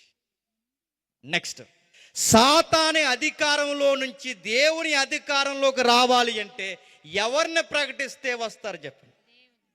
యేసు ప్రభువుని గురించి. నెక్స్ట్, పాప క్షమాపణ ఒక వ్యక్తికి రావాలి అంటే ఎవరిని ప్రకటిస్తే పాప క్షమాపణ కలుగుద్ది? యేసుని గురించి. నెక్స్ట్, కన్నులు తెరబడి మనిషిలా బతకాలి అంటే ఒక మనిషికి ప్రకటింపబడిన తర్వాత ఆ మనుషులు ఎవరిని నమ్ముకోవాలి చెప్పండి? యేసును గురించి. అంటే ఇప్పుడు లేపిన 4 విషయాల్లో సువార్తలో మౌలికమైన విషయాలు అని చెప్పండి. చీకట్లో నుంచి వెలుగులోకి రావాలి, సాతాన్లో నుంచి దేవుళ్ళలోకి రావాలి, వారి పాపం నుంచి నీతిలోకి రావాలి, వారి మూయబడిన కన్నులు తెరవబడి మనోనేత్రాలు ఎగింపడాలి. ఇవన్నీ జరగాలి అంటే ఎవరిని ప్రకటించాలి? రాజా, నేను చేస్తున్నది ఏంటో తెలుసా? అగ్రిప్ప రాజా, ఈ 4 విషయాల్లో జనాలు కూరుకుపోయారు కనుకే నేను యేసును గూర్చి ప్రకటిస్తున్నాను రాజా. ఏమంటారు అన్నాడు. దెబ్బతో సువార్త చెప్పేసాడండి. ఎవరికి అన్నమాట అర్థమవుతుందా? సువార్త అయిపోతుందో పక్కన, కేసు అయిపోతుందో పక్కన, తన వాదనేంటో తాను తేల్చేస్తున్నాడు పక్కన. ఒక్కటేంటి, అన్నిటికీ ఒకే ప్రసంగాన్ని కలిపి ఎవడికి ఏ సమాధానం చెప్పాలో చెప్పేస్తున్నాడు. కోర్టులో సువార్త చెబుతున్నాడు చూడండి. కోర్టులో వద్దు కానీ వాలీబాల్ కోర్టు దగ్గర కూడా మాట్లాడము. కోర్టులో అధికారులకి నేను అడుగుతున్నాను, ఎవరిని పడితే వారిని కొన్ని పిలుపులు దేవుడు ఎందుకు ప్రత్యేకిస్తాడంటే ఆయనకి తెలుసు ఎవరు ఎలా వాడబడతారని తెలుసు, ఎవరిని ఎక్కడ పెట్టాలో తెలుసు, ఎవరిని ఎలా వాడుకోవాలో తెలుసు. చాలామంది సువార్తలు తయారవుతున్నారు, మంచిదే సువార్తికులు తయారవడం, కానీ ఒక గోల్, ఒక లక్ష్యము లేదు ఒక భారం, దేవుడు పిలుపుతో మనం బయలుదేరితే బాగుంటుందండి. ఒక ఆయన బయలుదేరాడు. ఎలా బయలుదేరాడు తెలుసా? ఒక ఆయన, ఎవరైనా అడగండి, బ్రేకులు కూడా అడగండి. ఒక ఆయన బయలుదేరి అడిగాడు, లెక్కలు వేసుకున్నాడట. తబలా కొడితే ఎంత ఇస్తున్నారు? 2,000 ఇస్తున్నారు. ప్రసంగం చెప్తే ఎంత ఇస్తున్నారు? 4,000 3,000 ఇస్తున్నారు. ఓకే, తబలా కన్నా ప్రసంగికుడు అయిపోదాను. ఒక ఆయన ప్రసంగికుడు అయిపోయాడు. నేను అడుగుతున్నాను, భారం లేని ఇలాంటి వాళ్ళు సువార్థికులు అయితే ప్రసంగం చెబుతాడా, తబలా కొడతాడు? ప్రసంగంలో ఏం కొడతాడు? తలాము తగదిం, అంతే. ఏం చెప్తాడు చెప్పండి? నేను తబలా కొట్టాయని తక్కువ చేయట్లేదు. ఆయన స్థితి దేవుడు ఆయన అలా పిలుచుకున్నాడు. ఆయన పిలుపు ప్రసంగికుడైతే ఆయన ప్రసంగికుడిగా రావాలి. నేను అడుగుతున్నాను, నువ్వు ప్రసంగికుడు అయితే ప్రసంగికుడు గుండు, నువ్వు సంగీతకారుడు అయితే సంగీతకారుడు గుండు. నీకు దేవుడు ఏ పరమిస్తే, ఒకవేళ నీకు ఆ టాలెంట్ దావీదులాగా నీకు సంగీతము, రచన, సువార్త పరమిస్తే అలా కూడా దేవుడు వాడుకుంటా. అలా కాకుండా నువ్వు బడ్జెట్ లెక్కలు వేసుకుంటూ వస్తే ఏం చెప్తావు? బడ్జెటే చెప్తావు. ఏం చెప్తావు? గంట ఏదోటి చెప్తావు. ఏమందకపోతే ప్రసంగం మధ్యలో పాట పాడేస్తావు. ఏమందకపోతే హల్లెలూయా అంటావు. ఏమందకపోతే పాడుకుందాం రండి అంటావు. ఏమందకపోతే టైం చూసుకుంటావు. గంటన్నర అలా అలా నడిపిస్తావు. ఆమెనంటావు. మనకు కూడా అలాంటి వాళ్ళు కావాలి. మధ్య మధ్యలో మనకి అడ్వర్టైజ్మెంట్ వచ్చినట్టు ఒక సాంగ్ రావాలి మనకు. మధ్య నాన్ స్టాప్ వాకింగ్ చెప్పితే మనకు బీపీ షుగర్లు వచ్చేస్తుంటాయి మనకు. పౌలు గారు చూడండి, విరామం లేని ఎంత గొప్పోడంటే ఆయన ఇచ్చిన స్టేట్మెంట్కి ఆయన కట్టుబడతాడండి. పౌలు తిమోతికి చెప్తున్నాడు, సమయమందును అసమయమందును. ఒక మాట ఎదుటోడికి చెప్పగలుగుతున్నాడంటే ఆ మాట పౌలు ముందు పాటించాడు. సమయమందు అసమయమందు పౌలు తిమోతికి చెప్తున్నాడు, తిమోతి, నా పరుగు కడముట్టించుదని, మంచి పోరాటం పోరాడుతుని, ఈ జైల్లో ఉండి నీకు చిట్ట చివరి పత్రిక రాస్తున్నాను. నా పరుగు ఎలా ముగిసిందో తెలుసా? సమయమందు అసమయమందు నేను ప్రయాసపడ్డాను. నెక్స్ట్ నా జర్నీలో, నా రూట్లో వస్తున్న నా ఆత్మీయ కుమారుడు నువ్వే గనక నీకు చెప్తున్నాను, నాలాగే సమయమందు అసమయమందు నువ్వు సోది చెప్పకుండా సువార్త చెప్పు. సువార్త చెప్పు. ఇదిగో సువార్త చెప్పడానికే ప్రయాసపడు. ప్రభు కూడా అలాగే ప్రయాసపడ్డాడు. మధ్యాహ్నం వేళ, మిట్ట మధ్యాహ్నం వేళ, నడినెత్తి మీద సూర్యుడు బగబగా మండుతున్న వేళ, ఒక ఆత్మను రక్షించడానికి, ఒక సమరయ స్త్రీని పట్టుకోవడానికి ఎండవేళ బాబు యొద్దకు పోయాడు. అది సమయమా చెప్పండి? భోజన సమయం అండి. ఆ సమయంలో కూడా ప్రభు వెళ్ళాడు. అసమయం అంటే రాత్రులు అర్ధరాత్రులు దాటి, నడిరాత్రులు దాటి, ఆ ఏకవజ్జాము వరకు దేవుడితో రాత్రంతా పెనుగులాడాడు తండ్రితో. పగలంతా వచ్చి మళ్ళీ సువార్త చెప్పాడు. ఇదిగో మన ప్రభు సమయమందు అసమయమందు ఎలా ప్రయాసపడ్డాడో నేను ప్రభువుని మాదిరిగా తీసుకుని నేను ప్రయాసపడ్డాను. నన్ను నువ్వు మాదిరిగా తీసుకునే కల్లా ఎంత చక్కనైనాడు చూడండి. ఇలా అంటోడు నేను అడుగుతున్నానండి, జిల్లాకు ఒకడు ఉంటే చాలండి. ఎలాంటి దమ్మున్న సేవకుడు జిల్లాకు ఒకరు ఉంటే చాలండి. మన జిల్లాలన్నీ బాగుండే తానేంటో నిరూపించుకోవడమే కాదు, ముందు తన ప్రభు ఏంటో చెప్తున్నాడు. కాబట్టి అగ్రిప్పరాజా, ఆకాశం నుండి కలిగిన ఆ దర్శనమునకు నేను అవిధేయుడు కాక మొదట దమస్కులోని వారికి, యెరూషలేములో, యోదయ దేశమంతటను, తర్వాత అన్యజనులకును వారు మారు మనసు పొంది దేవుని తట్టు తిరిగి మారు మనసునకు తగిన క్రియ చేయవలనని ప్రకటించుచుంటిని. ఈ హేతువు చేత యూదులు దేవాలయములో నన్ను పట్టుకుని చంపుటకు ప్రయత్నం చేసి, చనిపోయిన వాళ్ళు బతుకుతారా అని నజరేయుడైన యేసును చూపించి నేను చెబుతుంటే నన్నే చంపేయాలని చూశారు రాజు. పైగా వాళ్ళు చంపితే నేరం అని తెలిసి, గవర్నమెంట్ మీరు ఊరుకోరని తెలిసి వాళ్ళు ఏం చేశారో తెలుసా రాజా? నన్ను అరెస్ట్ చేసి మీ ముందెట్టారు. అయినను నేను దేవుని వలనైనను సహాయము పొంది నేటి వరకు నిలిచి ఉంటుని. క్రీస్తు శ్రమపడి మృతుల పునరుద్ధానమును పొందు వారిలో మొదటి వాడు అగుట చేత ఈ ప్రజలకును అన్యజనులకును వెలుగు ప్రచురింపబోడని ప్రవక్తలు మోసే ముందుగా చెప్పినవి కాక మరి ఏమీ చెప్పక అల్పులకును గనులకును సాక్ష్యం ఇచ్చుచుండి, నేను చెబుతున్నవి కొత్త సంగతులు కాదు. ఒకప్పుడు మోసే కూడా చెప్పాడు. నేను చెబుతున్నవి కొత్త సంగతులు కాదు, ప్రవక్తలు కూడా చెప్పారు. నేను చెప్పింది ప్రవక్తలు మాట్లాడినవి. దానియేలు చెప్పలేదు చెప్పండి. ఆ 12 అధ్యాయం 2వ వచనంలో ఏం చెప్తాడండి దానియేలు? ఇదిగో ఒక రోజు మృతులు తిరిగి లేస్తారు. ఆ దానియేలు చెప్పిందే నేను చెప్తున్నాను, మోసే చెప్పిందే నేను చెప్తున్నాను, యెహెజ్కేలు చెప్పిందే నేను చెప్తున్నాను. మన దావీదు ప్రవచించాడుగా, ఇదిగో నా దేహము కుళ్ళిపోదని, ఆ కుళ్ళిపోని పునరుద్ధానం గురించి నేను చెబుతున్నాను. ఇది చెబుతుంటే మనుషులు తిరిగి బతుకుతారని చెప్తుంటే నచ్చట్లేదు రాజా.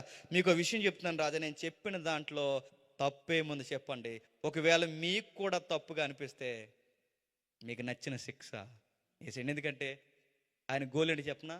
ఇంకా చెప్పాల్సిన సువార్త చెప్పేశాను, ఇప్పుడు నేను చచ్చిపోయినా ఫిక్స్ అయిపోయి. ఎందుకంటే నువ్వు రాజులు ఎదుటను, అధికారులు ఎదుటను, అన్యజనుల ఎదుటను నువ్వు నాకు సాక్షిగా ఉండే వరకు నేను కాపాడుతానని నా ప్రభు మాటిచ్చాడు. ఆ సీన్ ఇదే అని నేను నమ్ముతున్నాను. ఇది జరిగిపోయింది, మీకు చెప్పేశాను. ఇది నమ్మితే మీకు ఎలా నచ్చితే అలా జడ్జిమెంట్ ఇవ్వండి అన్నాడు. ఈ విషయం చుట్టూ ఉన్న ఈ సర్దుకాయలకి పరిశీలకు బొరకెక్కలేదు, కానీ రాజుగారికి ఎక్కింది. మీ దగ్గర ఎవరి దగ్గర వాడికి బైబిల్ ఉందా? వాడికి బైబిల్, మామూలు బైబిలే వాడరా. వాడికి బైబిల్ అని నేను చదువుతాను చూడు. జిఆర్ క్రో అని ఒక బైబిల్ ఉంటుంది, వీలైతే ఫాలో అవ్వండి, తెలుగు బైబిల్ అని. అక్కడ ఒక మాట ఉంటుంది చూడండి. ఇందుకు ముందు ఇది మనం గ్రాంధికం చదివి అప్పుడు తెలుగులో ఆ బైబిల్లోకి వెళ్దాం. ఒకసారి రాజుతో మాట్లాడి రాజుగారితో ఇలా అన్నాడు. ఒకసారి 24 వచ్చిన అతడు ఎలాగూ సమాధానం చెప్పుకొని చుండగా ఫేస్తు, పౌలా నీకు ఎర్రి పట్టింది, అతి విద్య వలన నీకు ఎర్రి పట్టినదని గొప్ప శబ్దముతో చెప్పాను.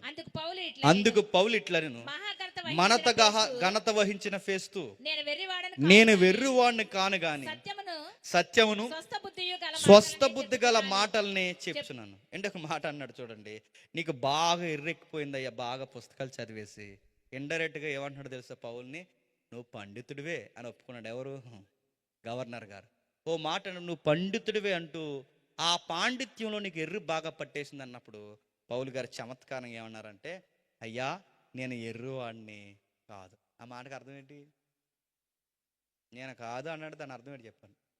అది వాళ్ళకి మండింది. వాళ్ళకి నన్ను ఎర్రివాడిని, మీరు సువార్తను ఏలం చేస్తున్నారు రాజా, నేను ఎర్రివాడిని కాదు అంటున్నారు, బాగానే ఉంది సార్. నేను ఎర్రివాడిని అంటున్నారు, బాగానే ఉంది, అలా ఉండండి సార్. నేను ఎర్రివాడిని అయితే నాకు స్వస్థ బుద్ధి ఉండదు. నేను అన్ని అటెన్షన్లో నా కేసు అంతా డిఫెన్స్ చేస్తూ వస్తున్నానంటే ఎర్రోడిని అయితే బెబ్బెబ్బే అనాలి, కానీ నా కేసు అంతా ఒక ట్రాక్లో నేను ఎలా చెప్పగలను సార్? నా మైండ్ బాగానే ఉందని మీకు అర్థం అవ్వట్లేదు సార్. సరే మీరు ఏమనుకుంటా అనుకోండి, ఒక మాట అయితే నేను చెప్తాను. మీ బుర్రకి ఎక్కే లేదో కానీ రాజు ఈ సంగతులు ఎరుగును గనక అతని ఎదుట ధైర్యంగా మాట్లాడుచున్నాను. ఇప్పుడు వీళ్ళు ఎదురుగడే హెళ్ళు ఇంకెవరెదురికి సార్ మీకు అర్థం అవ్వలేదేమో సార్. మీకు నాకు అధికారి అయినా రాజుగారికి అర్థమవుతాయి సార్. ఆయన నాలెడ్జ్ పర్సన్ సార్. పొగుడుతూనే సువార్త అంటే రాజుగారి సంగతులు ఎరుగును సార్ అతని ఎదుట. అందుకే నేను ధైర్యంగా చెప్తున్నాను, వాటిలో ఒక్కటి కూడా అతనికి మరుగై ఉండలేదని నేను రూఢిగా నమ్ముతున్నాను. ఎందుకంటే నేను చెప్పిన ఈ నజరుడైన యేసు కేసు ఒక మూలన జరిగినది కాదు. కట్టుకథైతే అనగనగా అంటారు సార్. కట్టుకథైతే అనగనగా ఒక ఊర్లో రాజుకి 7 కొడుకులు, ఆ 7 కొడుకు పని పాటలాగా 7 చేపలు పట్టడానికి వెళ్ళారు సార్ అంటారు సార్ అని పెద్దమ్మలందరూ చెప్పింది అదే కదండి. అనగనగా ఊరికి పేరు ఉండదు, ఆ దేశం ఉండదు, దానికి మండలం ఉండదు, తాలూకు ఉండదు, చెత్త ఉండదు, ఏముండదు. అనగనగా ఈసారి మీ పెద్దని చెప్పిన అనగనగా ఏ ఊరే అని అడుగు, ఊర్లు గట్ట అడక్కరా అంటారు. రాజుగారు పిల్లలు చేపలకి వెళ్ళడం ఏంటే, మరి ఏ జింకలను మృగాలను పులులను కొట్టడం అనేసి చేపలు ఏంటంటే ఆన్సర్ ఉండదు ఆవిడ దగ్గర. పైకి కొడితే అందులో ఒకటి ఎండలేదట, చేప చచ్చిపోయిన చేప మాట్లాడుతుందట. అస్సలు లాజిక్ ఉండదు మనకి. పైగా అది అందట ఎందుకు ఎండలేదే అని అడిగితే గడ్డిమోపు అడ్డం వచ్చిందంట. అంత ఫీల్ అయింది, పక్క వెళ్ళొచ్చు కదండి. అది అంత ఫీల్ అయిపోతుందట గడ్డిమోపు అడ్డం వచ్చిందని. కొంచెం ఎగురుతూ పక్కపోవచ్చుగా. లాజిక్లు ఉండవు, కథలకి ఆన్సర్స్ ఉండవు, కథకి ఎవిడెన్స్ ఉండదు, కథకి ఆధారాలు ఉండవు, కథకి ఇదిగో మన క్వశ్చన్స్ అన్నప్పుడు లాజిక్స్కి నిలబడదు, కానీ నిజానికి ఎవిడెన్స్ ఉంది. అందుకే పౌలు అంటున్నాడు, అయ్యా ఈ కేసు మీకు తెలియదు అంటారా? ఒకరోజు ఆయన ఖైదీగా అటొక దొంగని ఇటొక దొంగని మధ్యలో ఒక నజరేడైన యేసుని మీరు సిలివేసింది నడి బజారు చూస్తుండగా, యెరూషలేము సిటీ అంతా చూస్తుండగా ఈ జడ్జిమెంట్ పిలాతేగా సిటీ మధ్యలో ఇచ్చాడు. వాళ్ళు పబ్లిక్ అంతా చూడలేదు, దీనికి సాక్ష్యం కదా. మీ రికార్డ్స్లో ఈ కేసు లేదంటారా చెప్పండి? ఇది మీకు తెలియదని నేను అనుకోవట్లేదు, మీకు తెలుసు. ఎందుకంటే గత కాలపు కేసులు ఏంటో ఇప్పుడు జరుగుతున్నవి ఏంటో మీకు తెలుసు. ఇవన్నీ మీకు తెలుసని నేను నమ్ముచున్నా. అప్పుడు అగ్రిప్ప రాజా, అప్పుడు అగ్రిప్ప ప్రవక్తలు నమ్ముచున్నారా? తాము ప్రవక్తలను నమ్ముచున్నారా? నమ్ముచున్నారని నేను ఎరుగుదును. నమ్ముచున్నారని నేను ఎరుగుదును. ఇది మరీ ఎటకరం అండి. మీరు ప్రవక్తలు నమ్ముచున్నారా? ఎందుకో చెప్పనా, నమ్మట్లేదు అన్నాడు అనుకోండి, ఇప్పుడు రెండు వర్గాలు రెడీగా ఉన్నాయి. ఏంటి? సద్దుకాయలు, పరిసయ్యులు. ప్రవక్తలు నమ్మట్లేదంటే ఇప్పుడు ఎవరికి సర్రం అనిపోద్ది చెప్పండి? ఎవరికి? ఏంటి సార్ కేసు తేల్చమంటే మా ప్రవక్తల మీద పడుతున్నారు మీరని ఎవరి మీద పబ్లిక్ తిరగబడిపోతారు? ఎవరి మీద? రాజుగారి మీదకి. ఇదిగో నేను ప్రవక్తలను కాట నమ్మనయ్యా అన్నాడు అనుకోండి, మా ప్రవక్తలను నమ్మనని అనకండి, మా నమ్మకాలని ఎటకారం చేయకండి అని కేసెట్టిన వాళ్ళు తిరగబడిపోతారు. ఇప్పుడు అసలు కేసు ఒకటి అయిపోద్ది ఎవరి మీదకి? నమ్ముచున్నాను అన్నాడు అనుకోండి, మరి నమ్మితే ఇంకెందుకు సార్, అదే కేసు అన్నాడు. ఎవరు? ఇప్పుడు నమ్ముతున్నానని చెప్పలేడు, నమ్మట్లేదని చెప్పలేదు, రెండిట్లో ఏది చెప్పినా ఇరుక్కుపోతాడు. అప్పుడు అన్నాడు ఒక మాట, ఏమంటున్నాడు చూడండి. అందుకు అగ్రిప్ప, ఇంత సులభముగా నన్ను క్రైస్తవుని చేజూచున్నావే పౌలుతో చెప్పెను అని పౌలుతో చెప్పిన. ఇప్పుడు వాడికి భాష నేను చదువుతాను చూడండి. ఎంత సులభంగా నా దగ్గర వాడికి భాషలో, కొద్ది కాలములోనే నన్ను క్రైస్తవుని చేసేవాలనుకుంటున్నావా? అంటే నీకు దొరికిన కేసు టైం ఎంత, ఈ చిన్న టైంలో నువ్వు నాకే బాప్టిజం ఇచ్చేయాలనుకుంటున్నావే అన్నాడు. సార్ అప్పుడు అన్నాడు, సార్ ఓపెన్ అయిపోయాడు. మీరు ఓపెన్ అయిపోయారు కాబట్టి కథ అర్థమైపోయింది, నేను ఓపెన్ అయిపోతున్నాను సార్. సార్ ఒక మాట చెప్పనా, మీకే కాదు సార్, సులభముగానో దుర్లభముగాను తమరు మాత్రమే కాదు సార్, నేడు నా మాట ఇది ప్రేక్షకులు చూస్తున్నారుగా, వీళ్ళందరికీ ఈ బంధకాలు తప్ప నా వలె అందరూ క్రీస్తుకు సాక్షుల్లా ఉండాలని ఎవరికి ఎక్కడ బాప్టిజం ఇచ్చేద్దామా అని చూస్తున్నాను సార్ అన్నాడు. గుండెల్లో రాయడిపోయింది ఎవరికండి? సార్ మీకే కాదు సార్, నా అపోజిషన్ కూడా బాప్టిజాలు తీసుకోవాలనుకుంటున్నాను. ఎవరో మాట చెప్తున్నాను సార్, అసలు ఈ బంధకాలు అంటే చైన్లు వేసారండి ఎవరికి? పౌలు గారు పెద్ద ఉగ్రవాదికి వేసినట్టే సార్. అసలు ఒక మాట చెప్తున్నా సార్, ఇదిగో ఈ చైన్లు కూడా చెప్తున్నాను సార్, అసలు వీటికి జీవం లేవు కానీ వీటికి జైల్లోనే బాప్టిజం ఇచ్చేది సార్ అన్న. ఆయన ఎలాంటి చెప్పినా సువార్త ఎక్కున్నాడండి, ఎదుటోళ్ళు ఎవరు వచ్చారో వీళ్ళని ఎలా మార్చాలని చూస్తారండి. సువార్త ఎక్కలేని వాళ్ళు నేను చెప్తున్నాను, పనికి మాలిన విషయాల కొరకు ఏడుస్తారు. సువార్త ఎక్కిన వారు ఎదుటోళ్ళని ఎలా మార్చాలి, ఆ అధికారిని ఎలా మార్చాలి, ఆ సామాన్యుని ఎలా మార్చాలి, ఈ మనిషిని ఎలా మార్చాలి, ఇతన్ని ఎలా మార్చాలని చూస్తారు. సువార్త ఎక్కలేని వాళ్ళు ఏం చేస్తారు చెప్పినా, మాకు పాట ఇవ్వలేదని కోపం వేస్తారు. అందుకని తప్పక కదండి అధ్యక్షులు వారు ఇచ్చారు. ఆయన నేను కవర్ చేస్తున్నాను, తప్పకేగా ఇచ్చారని అడుగుతున్నాను, పాట ఇవ్వలేదని అడుగుతున్నాను. సువార్త వెళ్ళాలని భారం లేనప్పుడు పాట ఇవ్వలేదు, పేరేయలేదు, పిలవలేదు, పేటయలేదు, మీకు సువార్త ఎక్కలేదు. మీకు సువార్తే ఎక్కితే వాక్యం చెప్పండి అయ్యా, మా ఉద్యమం మా జీవితాల్ని మార్చండి అయ్యా అని అడగాలి. సంఘాలు అడుగుతున్నాయా? ఈరోజు పాంప్లెట్ మీద పేరు వేయలేదని కోపం ఇచ్చే బ్యాచ్ ఉంటారు తెలుసా?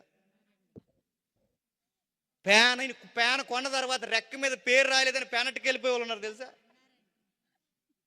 కానుకలు పడతామని చెప్పి కానుకలు కట్టే కానుకలు అంతే కర్రగా, ఆ కర్ర వాళ్ళే కొన్నారని చెప్పలేదని కర్ర చేసిన బ్యాచ్ ఉన్నారు తెలుసా?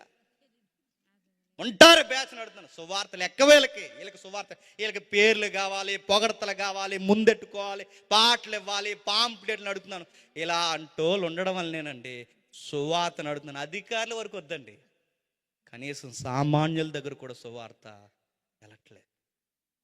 చాలామంది అనుకుంటారు, సార్ నాకు చెప్పాలని ఉంది సార్, మా ఆఫీస్లో ఎలా చెప్పాలి నాకు అర్థం అవ్వట్లేదు, నాకు చెప్పాలని ఉంది సార్, నాకు చెబితే ఏమనుకుంటారని చెప్పలేకపోతుందంటే అలాంటి వాళ్ళందరికీ చెప్పు దెబ్బ లాంటి ఉదాహరణ చరిత్రలో ఒక ఆయన ఉన్నాడు. ఆయన ఎవరో తెలుసా? రిచర్డ్సన్ అని. మన సమకాలీన ఉదాహరణ. ముగించేస్తాను. రిచర్డ్సన్ అని అడవి తెగ ప్రజలకు, అంటే అడవిలో ఉండే ప్రజలు ఎలా ఉంటారండి, అనాగరికులు ఎలా ఉంటారండి, మనుషులు కూడా చంపుకుదండి. అలాంటి ఆఫ్రికా ఏరియాకి రిచర్డ్సన్ సువార్త చెప్పడానికి వెళితే మనుషులను చంపుకుంటున్నారు. అలా చంపుకుని వాళ్ళకి ఊరకే గొడవలు. ఎందుకంటే అడవి తెగ ప్రజలకు ఎంత గొడవలు పెట్టుకుంటే అంత హీరోయిజంగా ఉంటుంది వాళ్ళకి. అప్పుడు కూడా పూర్వం 15-20 సంవత్సరాలు వెనక్కి వెళ్ళిపోతే మన ఈదుల్లో ఎన్ని గొడవలు ఉండేయండి. అందరూ ఈరులే, అందరూ వీరులు. మాట్లాడుతూ గోసేట్టుకుని గొడవలు చూసారా, వీరులు. తొల్లగొట్టాడు, మెడలు తిప్పాడు, మీసాలు తిప్పాడు. ఎందుకంటే ఎదుటోడు కొట్టేస్తే హీరో అనుకోవాలి ఈదులో అందరూ. ఈ మూర్ఖ స్వభావం 15 సంవత్సరాలు వెనక్కి వెళ్తే మన ఈదుల్లో మన గ్రామాల్లోనే ఉంది. అలాంటిది ఇంకా పూర్వంకి వెళితే అడవి తెగలు ఇంకా ఉన్నాయి. అండమాన్ లాంటి, ఆఫ్రికా లాంటి ఏరియాలో, అలాంటి ఏరియాలో అడవి తెగ ప్రజలు ఎలా గొడవలు పెట్టుకుంటారు చెప్పిన ఏమనరు. అప్పటి వరకు మాట్లాడుకుంటారా, అప్పటి వరకు మాట్లాడుకుని అప్పటికప్పుడు గొడవ పెట్టేసుకుంటారు. పెద్ద కారణాలు ఉండే వాళ్ళకి. వాళ్ళు ఒకటే మాట, ఎటురా ఎక్కువ మాట్లాడుతున్నా అంటే సాయంత్రం రారా అడ్డాలో చూసుకుందాం అంటారు. ఇలా చూసుకుని కొట్టేసుకుని గొడవలు పెట్టేసుకుని ఎన్నిసార్లు కొడుకుని అమాయకులను ఆళ్ళు చంపేసుకుంటారు. అలాంటి వారి మధ్యకి సువార్త చెప్పడానికి వెళ్ళాడు రిచర్డ్సన్. ఆయన వెళ్ళి గొడవలు పెట్టుకోకూడదయ్యా, మానవ జాతి అంతరించిపోద్ది, ఒకరినొకరు ప్రేమించుకోవాలని యేసుప్రభు గురించి ఎంత చెప్పినా అలాగే అయ్యగారు, అలాగే పాస్టర్ గారు అనేవారట. సాయంత్రం కల్లా గొడవ పెట్టేసుకునేవారు. అలా చెప్పి కొన్ని సంవత్సరాలు వాళ్ళకి వాక్యం చెప్పాడండి. ఏ రోజు కూడా వాళ్ళ బుర్రకెక్కదు. సాయంత్రం అవుతులో వాళ్ళు గొడవ పెట్టేసుకున్నారు. ఆ తెగలో వాళ్ళు ఈ వీళ్ళ మీద పడిపోవడం, ఈ తెగలో ఉన్నవారు వాళ్ళ మీద పడిపోవడం, ఈ గొడవలు పెట్టేసుకుంటే రిచర్డ్సన్ విసిగిపోయాడు. ఇంక మీరు మారరు, నేను వేరొక ప్రాంతానికి వెళ్ళిపోతాను, ఇంక మీరు మారరు, మీ దగ్గర సువార్త చెప్పడం వ్యర్థ ప్రయత్నం, దేవా ఈ విషయంలో నన్ను క్షమించు, నేను వెళ్ళిపోతున్నాను, వెళ్ళిపోతే వెళ్ళకండి అయ్యా, మీరు వెళ్ళిపోతే మాకు చదువులు నాగరికత అంటే ఏంటో తెలియదు, మీరు రండి అయ్యా, మానుకుంటామయ్యా గొడవలు అంటే. మరి బుద్ధిగా ఉంటేనే ఉంటానన్నాడట. సార్ ఉంటాను సార్, ఇలా సువార్త చెప్పండి అంటే సాయంత్రం కూర్చోబెట్టి ఇలా ఈ తెగలందరినీ కూర్చోబెట్టి సువార్త చెప్పాడట. సువార్తలు అందులో ఇస్కరియోతు యోధ కోసం చెప్పాడట. ఇస్కరియోతు యోధ అనే ఒక దొంగ కూడా తిరిగి యేసుప్రభుని అప్పగించేసాడంటే అది విని అందరూ బాధపడతాడు అనుకున్నాడట. ఇందులో ఉన్న ఈ పెద్ద మనుషులు అందరూ అన్నారట, రే ఆ కథలో ఆడికిలో ఉండాలిరా మనం. ఎవడాడు ఆడికిలో? మనం కూడా నమ్మకంగా ఏరో తెగలోకి వెళ్ళి నమ్మకంగా తెగలో ఉండి వాళ్ళకే దొంగ దెబ్బ కొట్టేయాలి రా, అది భలే ఉందరా ఆడి క్యారెక్టర్ అన్నారట. రిచర్డ్సన్ ఏడ్ చేశాడు. రే ఓడి చెప్తూ ఒకటి అర్థమైంది ఏంటరా మీకు, అసలు ఎవర్రా మీరు అందరూ ఏంటరా మీ మైండ్ ఏంటరా, మీరు మారరా అని వెళ్ళిపోతున్నా అన్నాడు. అలా టైంలో అది కాదు సార్ ఉంటాను సార్ లేదు మీకు ఎన్నిసార్లు కొన్ని సంవత్సరాలు చెప్తున్నాను, మీ బుర్రలకు ఎక్కదో, నేను వెళ్ళిపోతాను. చివరికి ఇస్కరియోతు యోధ మీకు నచ్చాడు కానీ యేసుక్రీస్తు మీకు నచ్చలేదురా, వెళ్ళిపోతున్నాను బయలుదేరిపోతున్నప్పుడు అయ్యా మీరు నమ్మాలంటే ఏం చేయాలంటే నేను నమ్మను, ఎందుకంటే ఎన్నిసార్లు మీరు మాట తప్పారు. అప్పుడు అన్నారు, అయ్యా మేము నిబంధన చేసుకుంటాం, మిమ్మల్ని నమ్మించేలా ఒక నిబంధన చేస్తాం. ఏమి నిబంధన? ఇదిగో ఈరోజే మాకు తొలుసూలు బిడ్డ, మా నాయకుడు బిడ్డ ఎవరైతే ఉన్నారో ఆ బిడ్డను మేము తీసుకెళ్ళి, ఇదిగో మా అపోజిషన్ తెగ అంటే మాకు విరోధులైన తెగ ఎవరైతే ఉన్నారో ఆ తెగలో ఉన్న నాయకులకి మా పసికొంత నెలల నిండిన బిడ్డను మేము ఇచ్చేస్తాం. మా బిడ్డ అక్కడే ఎదుగుతుంటాడు. మేము పొరపాటున వాళ్ళ మీదకి ఏ రోజన్నా గొడవకి వెళితే ఆ గొడవకి వెళ్ళిన రోజే వాళ్ళ చేతుల్లో మా బిడ్డ పెరుగుతుంటాడు కనుక మా బిడ్డని చంపేస్తారు. కాబట్టి మా బిడ్డ ఉన్నంతకాలం మేము వాళ్ళ మీదకి గొడవలకి వెళ్ళాం అనగానే ఆశ్చర్యపోయాడు. అప్పుడు అన్నాడు రిచర్డ్సన్, రే మీరు ఇలాంటి మంచి పద్ధతులు కూడా ఉన్నాయి, నాకు ఎప్పుడు ఎందుకు చెప్పలేదురా అన్న. సరే ఉన్నాయి సార్. అప్పుడు అన్నాడు, ఇప్పుడు నేను చెప్తాను రా, నీకు ఇన్ని రోజులు సువార్త ఎక్కలేదు కానీ ఇప్పుడు చెప్తాను. మీ ప్రజలందరిని కాపాడడానికి మీ కుమారుని శత్రువుల చేతుల్లో పెట్టారుగా, ఈ పాయింట్ ఈ పద్ధతి మీకు అర్థమైతే శత్రువులైన మానవుల చేతుల్లో పరలోకమందున్న దేవుడు తన కుమారుణ్ణి మన చేతుల్లో పెట్టేశాడు రా. కానీ ఈ శత్రువులు మీ కొడుకుని బతికించారా, కానీ ఈ శత్రువులైన మనుషులు ఆయన సిలివేసి చంపేశారు. అప్పుడు ఆ గూడెం ప్రజలకు అర్థమయ్యి, అయ్యో ఇన్ని రోజులు ఇది చెప్తున్నారా, నాకు అర్థం అవ్వలేదు సార్ అని. ఏమర్థమవుతుంది చెప్పనా? సువార్త చెప్పాలన్న తపన ఉండాలి కదండి, మనకి ఏదోలా అవకాశం దొరుకుతుంది. సువార్త చెప్పాలన్న ఆశ గుండెల్లో మనకు భారం ఉండాలి, కానీ మనకి ఏదో ఒక ఉదాహరణ దొరుకుతుంది. అసలు నీకు చెప్పాలన్న మైండ్ ఉంటే దేవుడు నిన్ను వాడుకుంటాడు. అసలు నీకు చెప్పాలన్న మైండ్ ఎక్కడుంది? నువ్వు చెప్పాలి ఏదోలా, నీ స్నేహితులకు చెప్పాలని నువ్వు ఏదోలా కంకణం కట్టుకో, నీ స్నేహితుల మధ్య చక్కటి అవకాశం ఏదో రోజు ఇస్తాడు. నీ అన్ని జనుల స్నేహితుల మధ్య సువార్త చెప్పాలని నువ్వు ఆలోచించు. నీకు చక్కగా ఏదో ఒక అవకాశం ఇస్తాడు. నువ్వు చెప్పకుండా ముందే భయపడిపోయి అధికారులకు చెప్తే ఏమనుకుంటారో, అన్ని జనులకు చెప్తే ఏమనుకుంటారో, నా స్నేహితులు చెప్తే ఏమనుకుంటారు, సత్యం చెబుతున్నామని అర్థమైతే నమ్ముతారు. నమ్మకపోతే వీడిది బలంగా నమ్ముతాడని మన గురించి వాళ్ళే సాక్ష్యం చెబుతారు. అని చెప్పేదేది? రీసెర్చ్ అని చెప్పిన ఆ ఒక్క ప్రసంగం ఆ ప్రజలు రెండు తెగల ప్రజలను మార్చింది. సువార్త చెప్పాలన్నా, సమయమందు అసమయమందు ప్రయాసపడాలన్న భారం అనుకుంటే నేను చెబుతున్నాను, చాలామందిని మార్చొచ్చాను. నన్ను మార్చాడు నా దేవుడు. నన్ను మార్చిన దేవుడు అనేకులను మార్చమన్నాడని ఆ స్పృహ నాకుంటే పేర్లు గొప్పలు ఇవేవి నేను కోరుకోనండి. నా ఎదురుగున్న వారిని నేను ఎలా మార్చాలని పరిగెడతాను. మిమ్మల్ని సంఘంలోకి ముందుగా పిలిచాడు. మిమ్మల్ని ఎందుకు పిలిచాడు? మీరెళ్ళి అనేకులను పిలుస్తాడని ముందుగా మిమ్మల్ని పిలిచాడు. మిమ్మల్ని ఎందుకు రక్షించాడు? మీరెళ్ళి అనేకులను రక్షిస్తాడని. మిమ్మల్ని ఎందుకు సంఘముగా కూడగట్టాడు? అనేకులను సంఘంలోకి తీసుకొస్తాడని. చేస్తున్నాం మనం. సంఘంలోకి వచ్చి గోడ ఎక్కడ ఉంది, ఫ్యాన్ ఎక్కడ ఉంది, బెంచ్ ఎక్కడ ఉంది, గాలి ఎక్కడ తగులుతుంది, ఇలాంటివన్నీ చూసుకుని బెంచ్లు అరగొట్టి ఇంటికి వెళ్ళిపోతాం. సువార్త పౌలు గారు చూడండి, ఒకే ఒక్కడు ఆ అధికారులకి వాళ్ళందరికీ, ఎందుకంటే తన పిలిపి ఏంటి నాకు అర్థమైంది. అయ్యా నేను చెప్పాల్సింది చెప్పాను, ఇక జడ్జిమెంట్ మీ విషయం ఏంటో తెలుసా? పౌలు గారిని ఏమీ చేయలేదు, వదిలేస్తారు. ఆ సాక్ష్యంతో బయటకు వచ్చి ఒక పాఠశాలలో కూర్చున్నాడు. మళ్ళీ మొదలెట్టాడు. ఆ పాఠశాల వెలుపుల ఒక అద్దె కంటే హౌస్ అరెస్ట్ అంటారు దాన్ని, ఒక అద్దెకి ఇల్లు తీసుకుని ఆ రూమ్లో ఉంటూ బతికినంత కాలం సువార్త చేసుకుంటూ బతికేశాడు. అలా బతుకుతూ వెళ్ళిపోతున్నప్పుడు మళ్ళీ మూర్ఖులు వచ్చారు. ఎందుకంటే సువార్త చెప్పేవాళ్ళని ఎక్కువ కాలం బతికినవారు. మళ్ళీ మూర్ఖులు వచ్చారు. చరిత్ర చెబుతుంది, ఏదో జరిగింది. పౌలు గారిని నీరో కాలంలో తల నరికి చంపేశారు. చచ్చిపోయేటప్పుడు కూడా ఎలా చచ్చిపోయాడు తెలుసా? తిమోతికి పత్రిక రాశాడు. చూడండి ఒకసారి ముగించేసుకుందాం. తిమోతికి రాసిన రెండో పత్రిక 4వ అధ్యాయం. తిమోతికి రాసిన 2వ అధ్యాయం 5వ వచనం. అయితే నీవు అన్ని విషయములలో మితముగా ఉండుము, అన్ని విషయముల్లో మితముగా ఉండుము, శ్రమపడు, సువార్తకుని పని చెయ్యి. భూమి మీద మిగిలేది ఏమీ లేదు, సువార్త చేయి. నీ పరిచర్ని సంపూర్ణంగా జరిగించుము. నేనిప్పుడే ప్రాణార్పణముగా పోయబడుచున్నాను. ఈ పత్రిక ఎక్కడి నుంచి రాశాడు తెలుసా? జైల్లోంచి రాశాడు. నేను ఇప్పుడే ప్రాణార్పణముగా పోయబడుచున్నాను, నేను వెడలిపోవు కాలం అంటే నాకు అర్థమైపోయింది, ఇంక ఈ లోకం నన్ను బతకలేదు. అయినా ఒక విషయం చెప్తున్నాను, చనిపోయే టైంలో కూడా కొందరికైనా సువార్త చెప్పాలని, నా వెనకాల నాలాంటోని నేను నిలబెట్టాలని ప్రేరణ కొరకు పత్రిక రాస్తున్నాను. అయితే ఒక విషయం, చచ్చిపోతున్నానన్న బాధ లేదు, కానీ ఒక ఆనందం అయితే నా ఎదుటుందయ్యా. ఆనందం ఏంటో తెలుసా? మంచి పోరాటతిని, నా పరుగు కడముట్టించింది, విశ్వాసము కాపాడుకుంటుని, ఇక మీదట నా కొరకు నీతి కిరీటం ఉంచబడి ఉన్నది.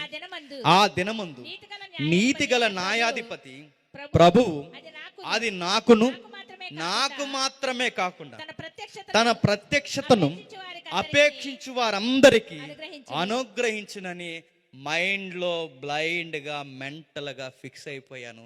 ఈ రోజు నన్ను చంపేసిన పర్లేదు. సువార్తలో మరలా చెప్తున్నాను, ఎప్పుడు ఒక మనిషి ధైర్యంగా చనిపోగలడు చెప్పిన? ప్రభువుని గురించి ఎంతో కొంత ఏదో ఒక సువార్త చేశామన్న ధైర్యం మనలో ఉన్నప్పుడండి మంచం మీద ధైర్యంగా కనుమూసేస్తాం. ఎంతో కొంత సువార్తలో వాడబడ్డామన్న ఆనందం, ఆ ధైర్యం మనకుంటే మన పరుగు కడముట్టించినప్పుడు మన చివరి చర్మాంకంలో జీవితాన్ని ధైర్యంగా ముగిస్తాం. లేదు ఏమి చేయకుండా బతుకున్నంత కాలం ఆయన తిట్టుకుంటూ ఈయన తిట్టుకుంటూ, ఆ పేర్లు పెట్టుకుంటూ ఈ పేర్లు పెట్టుకుంటూ, అక్కడికి పోయి ఈ పొగడతలు అవి చెత్త చెదారం, ఆ భూములు సంపాదించి నీ డబ్బులు సంపాదించి అలా తిరిగి ఇలా తిరిగి టైం అంతా వేస్ట్ చేసి మంచం పట్టావో, ఆ రోజు నువ్వు చేద్దామనుకున్న సువార్త చేయడానికి నీకు ఓపిక ఉండదు, చేద్దామనుకున్న టైం ఉండదు. నేను మళ్ళీ చెప్తున్నాను, బిక్కుమని చచ్చిపోతారు.